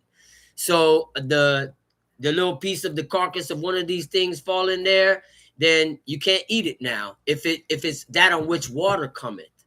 So not only after the water came on it, right? Because we have foods that we eat that are dry, but you got to put water on it, right? So here's an example. When they had a seed, and it was stored in a vessel, and one of those things fell on it. Well, you got to put water on it, and that's what our fathers did. They wet the seed before they put it in the ground, right? They wouldn't plant that, and it shouldn't be eaten either. It also would not be eaten because it's unclean if it's like beans or rice and it fell in there, and now you got to put it into water to cook it. That on which water cometh, right? Asher yabo alai maim, that on which cometh upon it water. Now you can sit here and go back and forth and say, well, that was talking about after the water was put on it, brother. I don't know that. I got to go to what it says exactly. So keep your beans, rice, and all of that, and your seeds covered, sealed, or in a bag that's sealed or something, or in a container that's sealed, right? All right. And mind you, it has to be a vessel of wood, raiment, or skin or sack, that the vessel itself becomes unclean. If it's plastic, I don't want to hear it. It's not in the list. The vessel is not unclean. It must be wood, raiment, skin, or sack, according to Torah, that is made of one of these materials that we read about in Torah. Is outside of that, I'm not adding to it, man. I'm sorry, I'm not adding to it. We don't modernize the law, and we're just gonna keep it the way that it's written, and that's it. Okay. Or I'm sorry for if it is a vessel, I retract my last statement, because right after that says whatsoever vessel it be, right, wherewith any work is done. So whatever the vessel it be, whatever material it's made out of. But as far as when it comes to these pots and this ceramic, it will become unclean if it's made out of ceramic, right, not another material. Tamshi. And everything whereupon any part of their carcasses falleth shall be unclean, whether it be oven or ranges for pots, they shall be broken down, for they are unclean, and shall be unclean unto you. Right. So vessel of or ranges for pots or ovens have to be broken down if any one of the part of those animals mentioned carcass fall on it. Now, you go to a place, your apartment, house, and there's a stove already there, or they provided you with a stove and it wasn't brand new. You're not sure if it had one of the pieces of a carcass of an animal or a dead carcass of an animal in it before. Oh, come on. They didn't have mice in that place when I got there. You have to be sure. You have to be sure. And a lot of people ain't going so far to throw out their stove or can't afford it. And I understand. But you got the money and you're neglecting it, and you just keep cooking on this unclean stove, and you know that it had a carcass of a mouse in there or a lizard's tail. Got to get rid of it. God is watching. He knows that you know. Tamshi. Nevertheless, a fountain or pit wherein there is plenty of water shall be clean, but that which toucheth their carcass shall be unclean. And if any part of their carcass fall upon any sowing seed. So like a well of water, or in our cases, your toilet bowl. Because it's a pit wherein there is water. And that water goes all the way down to the pipes. So whatever touches the carcass be unclean, but the toilet bowl itself does not get unclean. Tamshi. And if any part of their carcass fall upon any sowing seed which is to be sown, it shall be clean. Right. But if any water be put upon the seed, and any part of their carcass fall thereon, it shall be unclean unto you. Because our fathers would have wet the seed first. So if the seed was coming wet before it would, and then something fell upon it when it was wet, then it's unclean. And that part of the seed will be clean.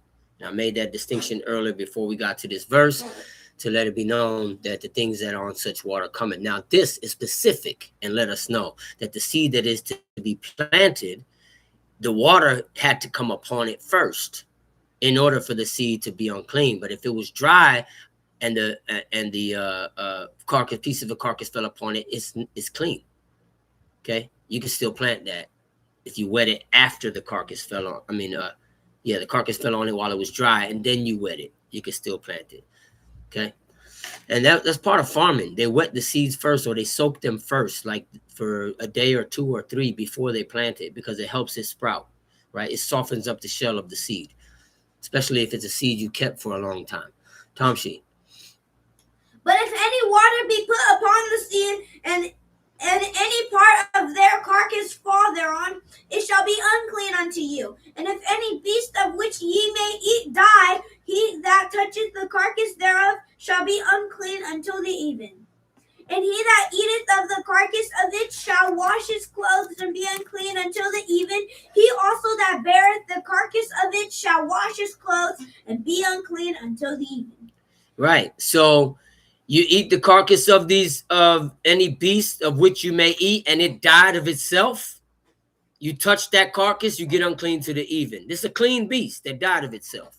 And if you eat of that carcass, then you have to wash your clothes and be unclean unto the even. Right? If you eat the carcass of the animal that died of itself, that is of a beast that is clean to eat, then you have to wash your clothes and be unclean to the even. If you bear the carcass of it, you also have to wash your clothes and be unclean unto the even. Right? So you eat it or bear it. And every swarming thing, 41. And every creeping thing that creepeth upon the earth shall be an abomination. It shall not be eaten. Whatsoever goeth upon the belly, and whatsoever goeth upon all fours, or whatsoever hath more feet among all creeping things that creepeth upon the earth, then ye shall not eat, for they are an abomination. Ye shall not make yourselves abominable with any creeping thing that creepeth. Neither shall ye make yourselves unclean with them that ye should. Ye make yourselves unclean with them that ye be defiled thereby. For I am the Lord your God. Ye shall therefore sanctify yourselves, and ye shall be holy, for I am holy. Neither shall ye defile yourselves with any manner of creeping thing that creepeth upon the earth, for I am the Lord that bringeth you up out of the land of Egypt to be your God. Ye shall therefore be holy, for I am holy. Right.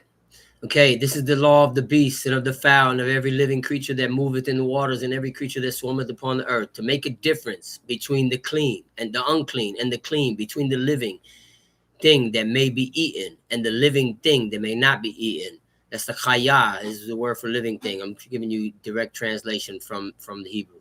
Okay, so we don't make ourselves detestable with the creeping things, or you eat something that died of itself, then that's not telling us that you could go ahead and eat it and wash. If it so happened that you didn't know and you found out that that thing died of itself, then you could wash. But there are chapters in the book that tell us you should not eat anything that died of itself, right? Deuteronomy 16, Exodus chapter 22, I believe, right? So before we go here, I'm gonna read to you this list of unclean ingredients. You got about 5-10 more minutes. If you want to go ahead and pray, sun is going down or the sun went down, you got things to do, by all means, don't let me hold you. All who want this information, I will share my email with you at the end of the chat and later on, before we close out. But let's just run through it real quick.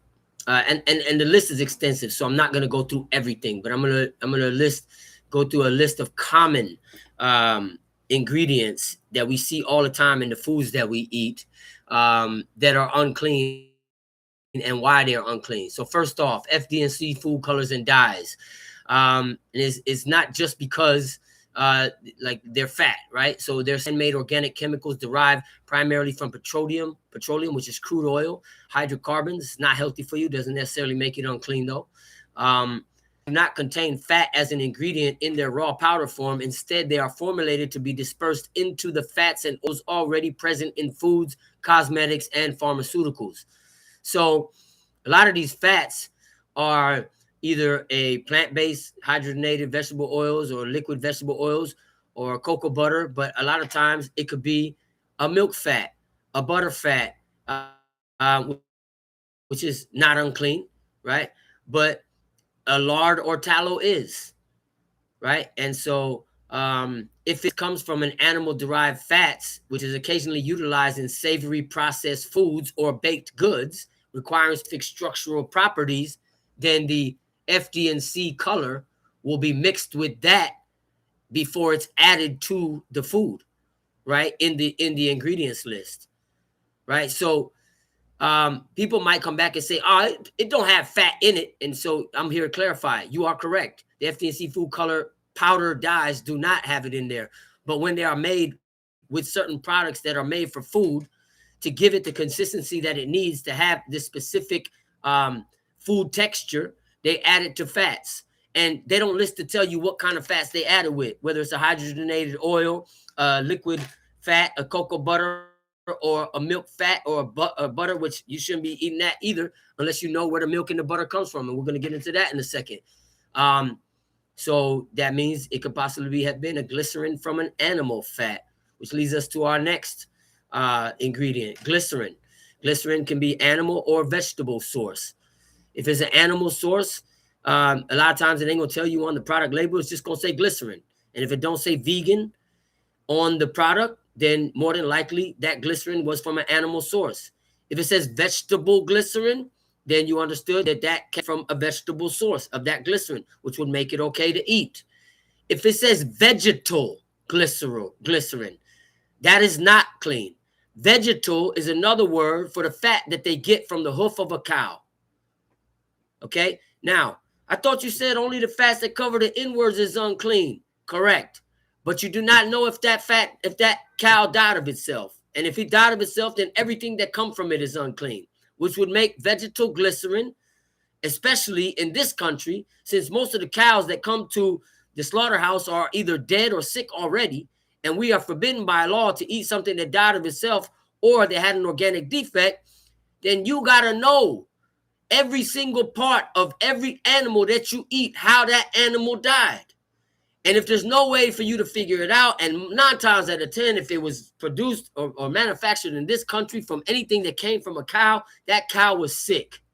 Because the dairy industry and the meat industry in this country does not take care of the animals. Neither does the bird, the chickens, and none of that. You shouldn't be eating chicken anyway. But if it's a private-owned farm, then you saw the animal raised and you know the person and you watch what they eat, you still got to take precaution to know how the animal died, make sure you are not eating the fat that God forbid, and that the blood was drained properly. If you can't determine all of that, then even the vegetal glycerin that come from the hoof of a clean animal, we have to count as unclean. because we don't know how the animal died or if it was sick. Next thing is milk production in this country. Now I'm gonna just tell you, they all the cows that they get milk from in this country are sick, and here's the reason why. They are milking these cows or getting these cows pregnant 3 to 4 times in a year. That is not natural. A cow is only supposed to get pregnant naturally every 3 to 4 years because it has to have time to for gestation period, which is the cow giving milk to her young calf, right? And that's about 3 or 4 years before she's able to get pregnant again, right? Where her body is naturally recovering after giving birth and the gestation period, right? And then not only are they getting pregnant so often, because they are getting pregnant so often, they snatch the calves from the mother. The calf don't get the milk. No, they give the calf artificial milk because that milk is money. So they ain't giving that to the calf. We milking that and we sending that to the market. That's how they think. So the cow is milked by a machine, which means the machines are rough too. They're like on the udders. And since it's happening every day, or almost every day of the cow's life, because once she can't produce no more milk, they artificially impregnate her again. And how they impregnate the cow is they stick their arm halfway up the cow's behind in the anus and then use an artificial tool that contains the bull spermatozoa and shoot it up into her while their arm is up the cow's behind. Because they must touch something in there to get her aroused. Yeah, talk about bestiality.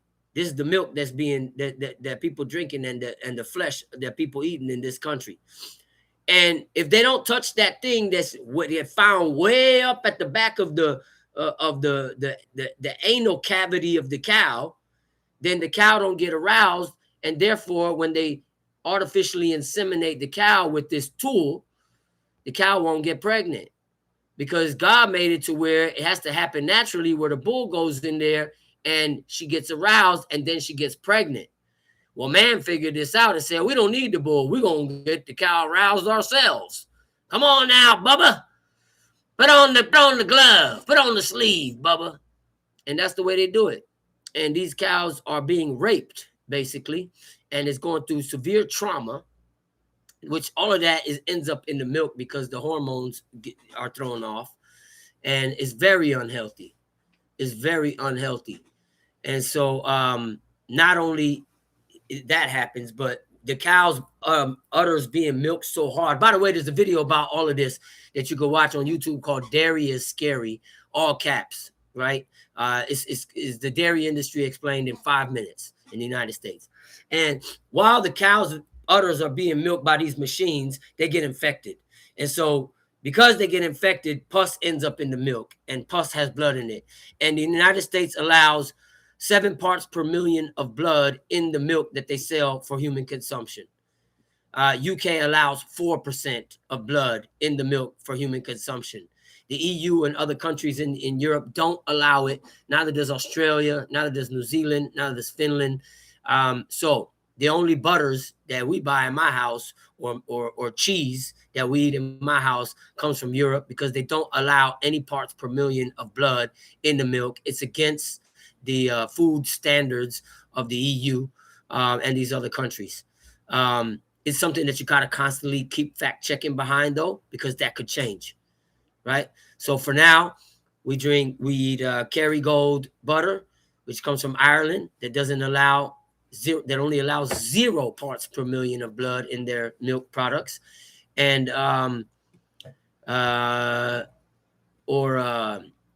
Old Crock cheese, Kerrygold cheese, or any cheese that comes from Europe, so Italy, France, wherever, right? Germany. But another thing to think about, because that's not the only thing you got to worry about in cheese ingredients, because they add rennet to now we learned that through studies that rennet is the undigested mother's milk that sticks to line the walls of the intestines of the animal, of mammals, and while they grow, the nutrients in that rennet is released periodically through the small intestines into the bloodstream to help the animal continue to develop as it gets older. Well, God designed it perfectly that way, right? Designed it perfectly that way. But what man does now to get this rennet, because it's very hard to scrape that rennet off the inside of the walls of the intestines. So instead, man just boils it and then grinds up all the intestines together when it boils and melts down. The pieces that they can't remove, they blend it all up together, and that's what they call rennet. So it's also the lining of the intestines. And since we read in Leviticus where we're not supposed to eat that, last week we ran over it, you're not supposed to eat the intestines. That is also considered along with the fat that we should not be eating, right? We don't eat the entrails. So you cannot eat cheese that has rennet in it, okay? Look for microbial enzymes, which is made from plants, right? Or doesn't contain any rennet at all, but contains the natural cultures that formulate in the milk as the cheese ferments, as the milk ferments and turns into cheese. You might see it says cultures. And sometimes they add cultures to speed up that process from fermented milk of the same animal. That's not added fat.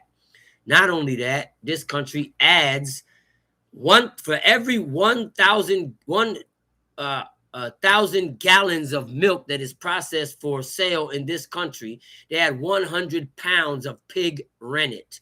That's the intestines blended up with the rennet of a pig that is melted down.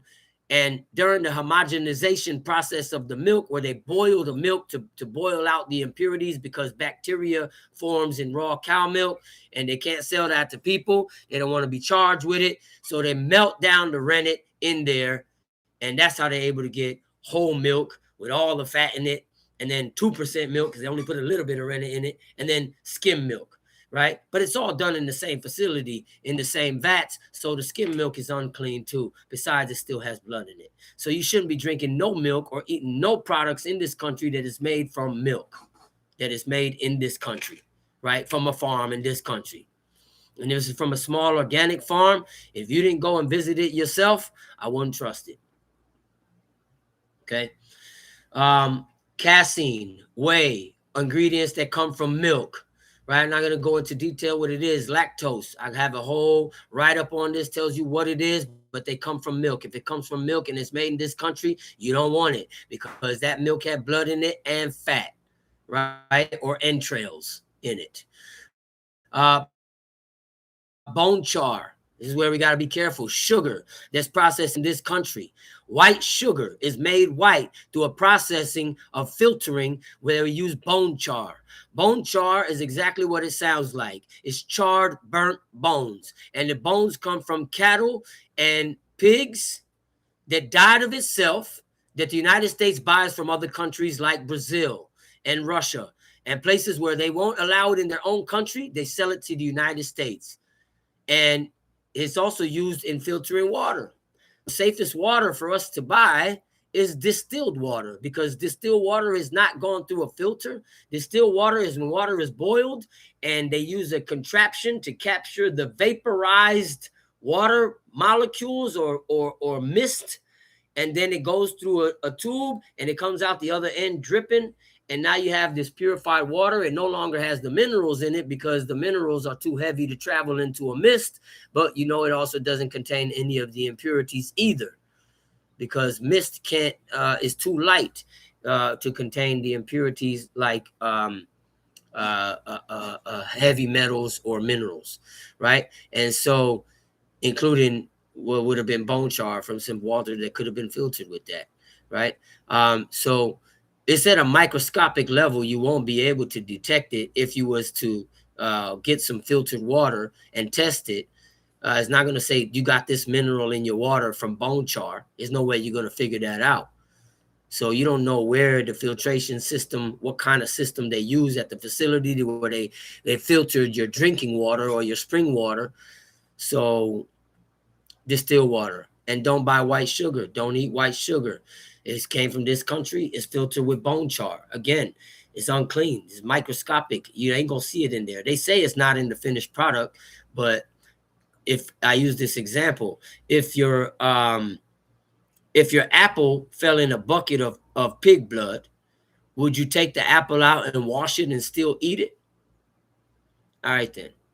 So you shouldn't be eating sugar, white sugar in this country that's filtered with bone char either, right? Because there needs to be a separation between clean and unclean, right? So me, I'm sticking to distilled water.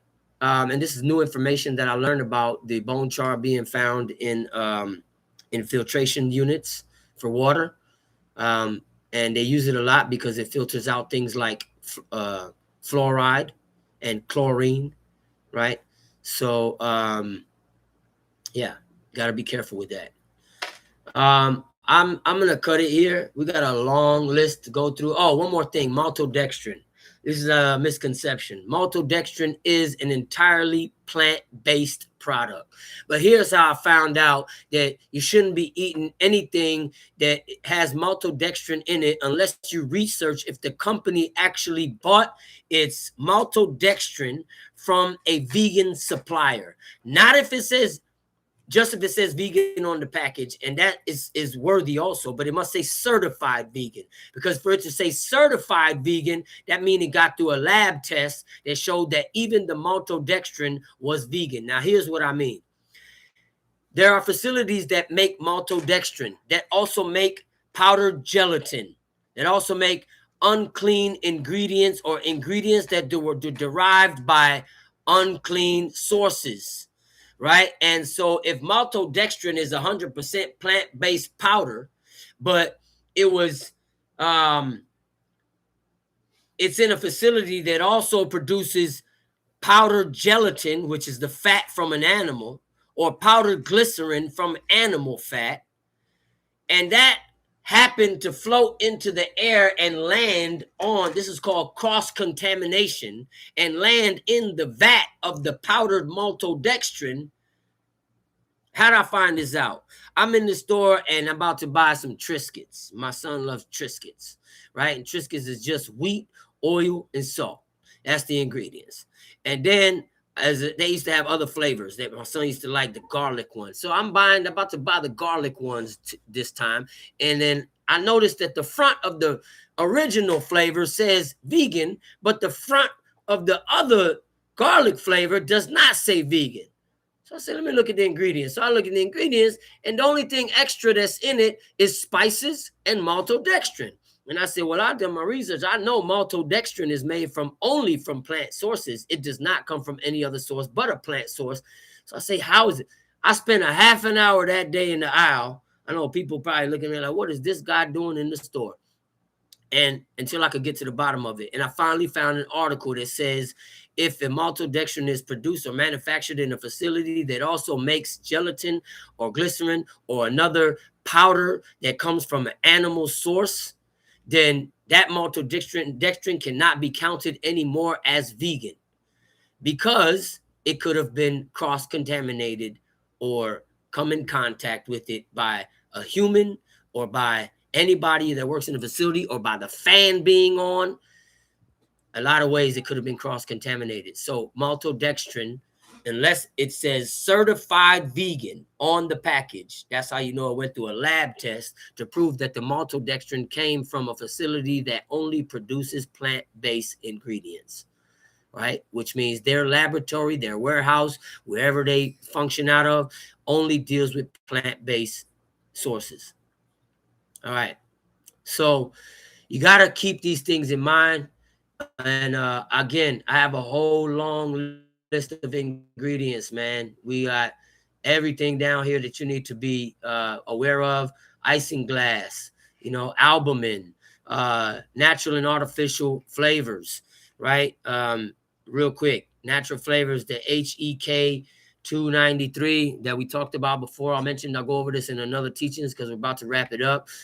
Research shows that they only use that to make artificial tongues, which means they make something artificial to taste the natural flavors without an actual human being able to taste it, but they do not use the HEK 293 in the actual flavoring itself. Took some extensive research to get to the bottom of that. I'll share all that with you too. Artificial flavors come from the secretion in a beaver's anus, a gland in a beaver's anus that secretes this substance that they use to make all artificial flavors from.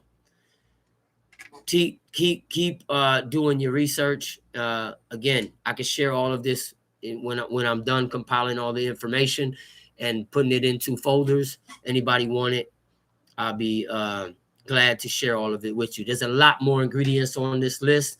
Just because it comes from it says a number, that doesn't mean it's necessarily clean. Also, if it does not an FD&C color, it could be carmine, cochineal, which comes from the cochineal comes from dried insects' bodies turned into powder. You know, ceramic extracted from bugs. You know, also there's some other stuff that they use, like the shellac on side our fruits and vegetables. That's why it's very important that you buy organic, or you clean your fruits and vegetables with a solution of vinegar and baking soda, or you scraping the skin off before you eat it. Why? Because the shellac that is on our fruits, like apples and cherries and tomatoes, all come from the certain type of bug on a shellac, on a something lac bug, and they make this on trees in India, and then when they scrape off the substance from the tree, it also has dead carcasses of the bugs in it, and they just boil it down with it. So that's shellac is made also from this sap, or the secretion that comes from the animal or the bug that eats the sap. It's called a lac bug, but their carcasses are still on the outside of the tree bark when it's scraped. So it gets melted down right into it. So all this information, is to do deep research. If you want, it's in depth here. I have pages and pages of it. So, I'm not just talking out the side of my face. And all you got to do is share your email with me. So I'm going to wrap it up right here. I'm going to share my email, Zachariah.Israel. Oops, here you go. Hold on. Zachariah.Israel. And obviously I'm just writing but it's the @ gmail.com to be in compliance with YouTube's rules for the chat. And I hope that everybody was inspired by the words of the law. I hope that we all learned something. I hope that we will all be vigilant when it comes to checking for what is clean and unclean, and that we make a separation between the clean and the unclean. And these are the things that have to do with keeping yourself open to being able to, when you keep your vessel clean, you keep yourself open for wisdom to enter, for God to teach you. It is a proof that we believe God. It's a proof to show our obedience to God, and it's never going too far.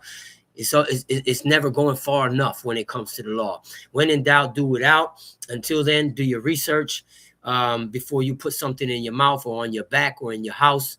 And I hope that you all be inspired. We all humble ourselves and turn from our evil ways and walk upright before the Most High, our God. I bid you have the ancient tongue of our Father. Shabbat shalom lekem. Shabbat shalom lekem. Anybody got any questions? You know what to do. Hit me on my email, or if there's anybody that got my number, call me. We can go over stuff personally. Baruch Shemo. Baruch Shemo. Shabbat shalom. Shabbat shalom.